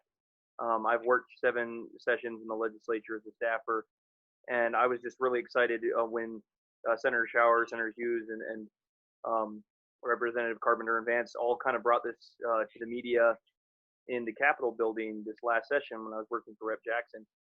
It should have been brought up a long time ago. The majority of Alaskans have no clue it's even happening. As I've been campaigning, there's not one person that I, even tell a little bit about this that isn't just disgusted. And so really this is, the Binding Caucus is why we have drained to the CBR collectively, all the legislators in the past 10, 15 years, because of leadership in both bodies not wanting to really cut the budget. If we would have actually cut the budget the way it needed to have been cut years previous, we would not have only 400 and some million left in the CBR like we have today. Going into this next session, and now of course with COVID hit, how tough this is going to be financially for our state. When I was working for a representative 2015, I was the collateral damage as a staffer for my boss's vote against the majority in the Binding Caucus that she was in, and I was proud of her for voting against it. It was too big of a budget, and so it's a problem that, as Kathy Giesel has proven, it's not a Democrat Republican thing. It's a cumulative people that want the power thing, and it really needs to go. And I'm really again excited to hear all and grateful that all of us are having this discussion. There's so many people out there willing to stand up and say enough is enough, that we're not going to strip the power from the people anymore and give it to the hands of a few people in the Senate and the House. And so just wanted to get that out there, and I'm excited to keep on bringing it to light. And kind of like, I do feel like it's definitely a mix of how we get rid of it. We do want to elect the majority of legislators that are going to say absolutely no, but it may take time. And so whatever avenue we take, the more awareness we bring about it to this, the easier I think it will be with the people behind us to fight it and eliminate it. Thanks. Good evening, everybody. My name is Hon Kili. I'm running for Alaska State Senate in Greater Wasilla area. So I'm also a lawyer, so let me give you some legal perspective. So if you want to go after this criminal side, basically the way it typically works is you report to the Attorney General's office in the Department of Law, which is in Anchorage, right? And then they will decide whether to take this case or not, right? So there's less degree of control on your side because they get to choose, pick and choose whether the prosecutors, assistant attorney generals, whether to take this case or not. If they decide to take, again, less degree of control for you because they are the ones. So you will be like some criminal defendants, some politicians in Juneau, right? They will be criminal defendants, multiple of them, right? But the prosecutor, the complaint, the plaintiff will be state of Alaska, okay? So probably you have less degree of control because by then you'll be assistant attorney generals suing them in court, superior court. If they lose, they may decide or not to appeal to the appellate court. If they lose, they may also decide or not whether to go to the Alaska State Supreme Court level. Okay, if they lose again, they may decide to whether to go to the United States Supreme Court. Okay, so that's the criminal level, trial level. Now, if you decide to sue them in court by a class action, like Mr. Nelson mentioned, or by just a couple of plaintiffs or class action, okay? Then you will hire an attorney, civil side plaintiff attorney, right? And probably you have more degree of control there, okay? What the legal argument would be, okay? And Anchorage Superior Court tend to be more liberal, okay? But Palmer Court in the Valley tend to be more conservative, the judges and also the jurors, okay? So let's say you sue them in court through class action or some group of civil plaintiffs, and in the civil court, okay, most likely on a constitutional or statutory basis, right? And then let's say you win or you lose, but you have to keep this in mind. As you sue them, go through the discovery, pre-trial, and then trial phase, you may settle this case with those people, okay? So, and in Superior Court, okay, civil side, if you lose, your next appellate level is Alaska State Supreme Court. Next level, United States Supreme Court. Okay, so it will take some money if you hire like civil plaintiff side attorneys. Okay, and also another solution would be referendum, initiative, ballot, proposition, right? Yeah, so you get enough signature and then you put them in the ballot so that people would vote for it and it can become a law, okay? So I'm just kind of summarizing other people's idea as a lawyer. Okay, thank you very much. Thank you very much. Can you hear me? Yes. My name's Don Bullock. I am a former legislative attorney. I was also one of the legal advisors to the House Majority the last time the Republicans were in charge. And, a lot of this comes back to party integrity and commitment, because as soon as the elected officials are recognized after the election, you can organize. And probably the most important vote where the majority matters is the first day of session when the president and the speaker are elected. And when the Republicans have failed to exercise the power they have by having the majority, they've surrendered the power.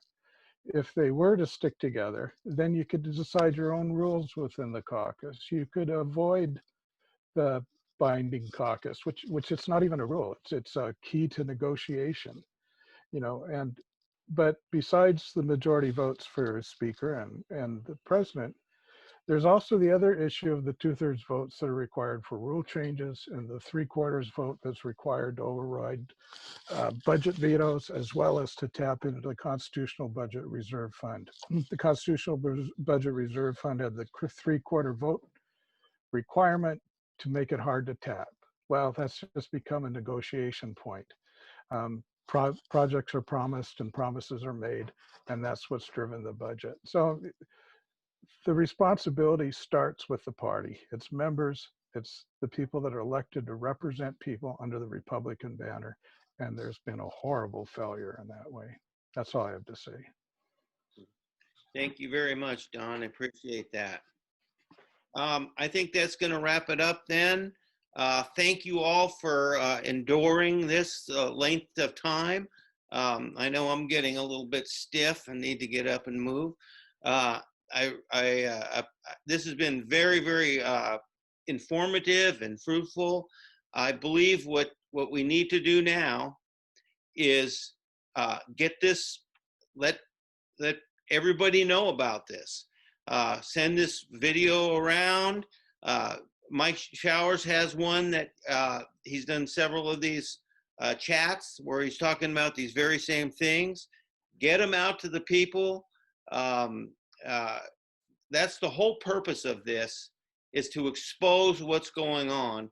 And I believe once people realize how corrupt things have got, that they'll get activated. And that's whatever route we take, whether it's the court or the court of public opinion, or just putting pressure on our legislators, on the governor to try to make some changes. It involves us, and it involves us letting people know that we do not like what's going on. And that'll move people, that'll change minds, once that pressure comes, and the ultimate pressure is in the voting booth. The voting booth, that speaks volumes when people see these people getting booted out for their behavior. So everybody needs to get on board, pass this around. It'll be up on our website. Legislators, if you want to write the governor like was suggested, you can post your letters on our website, on our Facebook page. That would be very good. Just the letters that you send to the governor, we'll post them up here on our Facebook page so everybody can read them. The idea is hold these people accountable. You know, that's our job. That's our job, is to hold them accountable. So I want to thank everybody for joining us tonight. This will be up here pretty soon for you to send around and to get people to view. And that's about it. Does anybody on our team have anything to add? Carol, Ron, Brian, Janet? Thanks, John. Oh, the other thing I would like to mention that I always forget to do, and that's, you know, you can always join the AKRA, become a member. We're always looking for new members. In order for us to be a vital, effective organization, we need a certain amount of members. That gives us standing nationally with the National Republican Assembly. So, and it's cheap, you know, and it's just adding to our voice. So consider doing that. We have a whole lot of followers, but not a whole lot of members. So something we don't push too much, but please consider that. Without further ado, good night, everybody, and thank you so much. Thank you so much. You guys did a great job.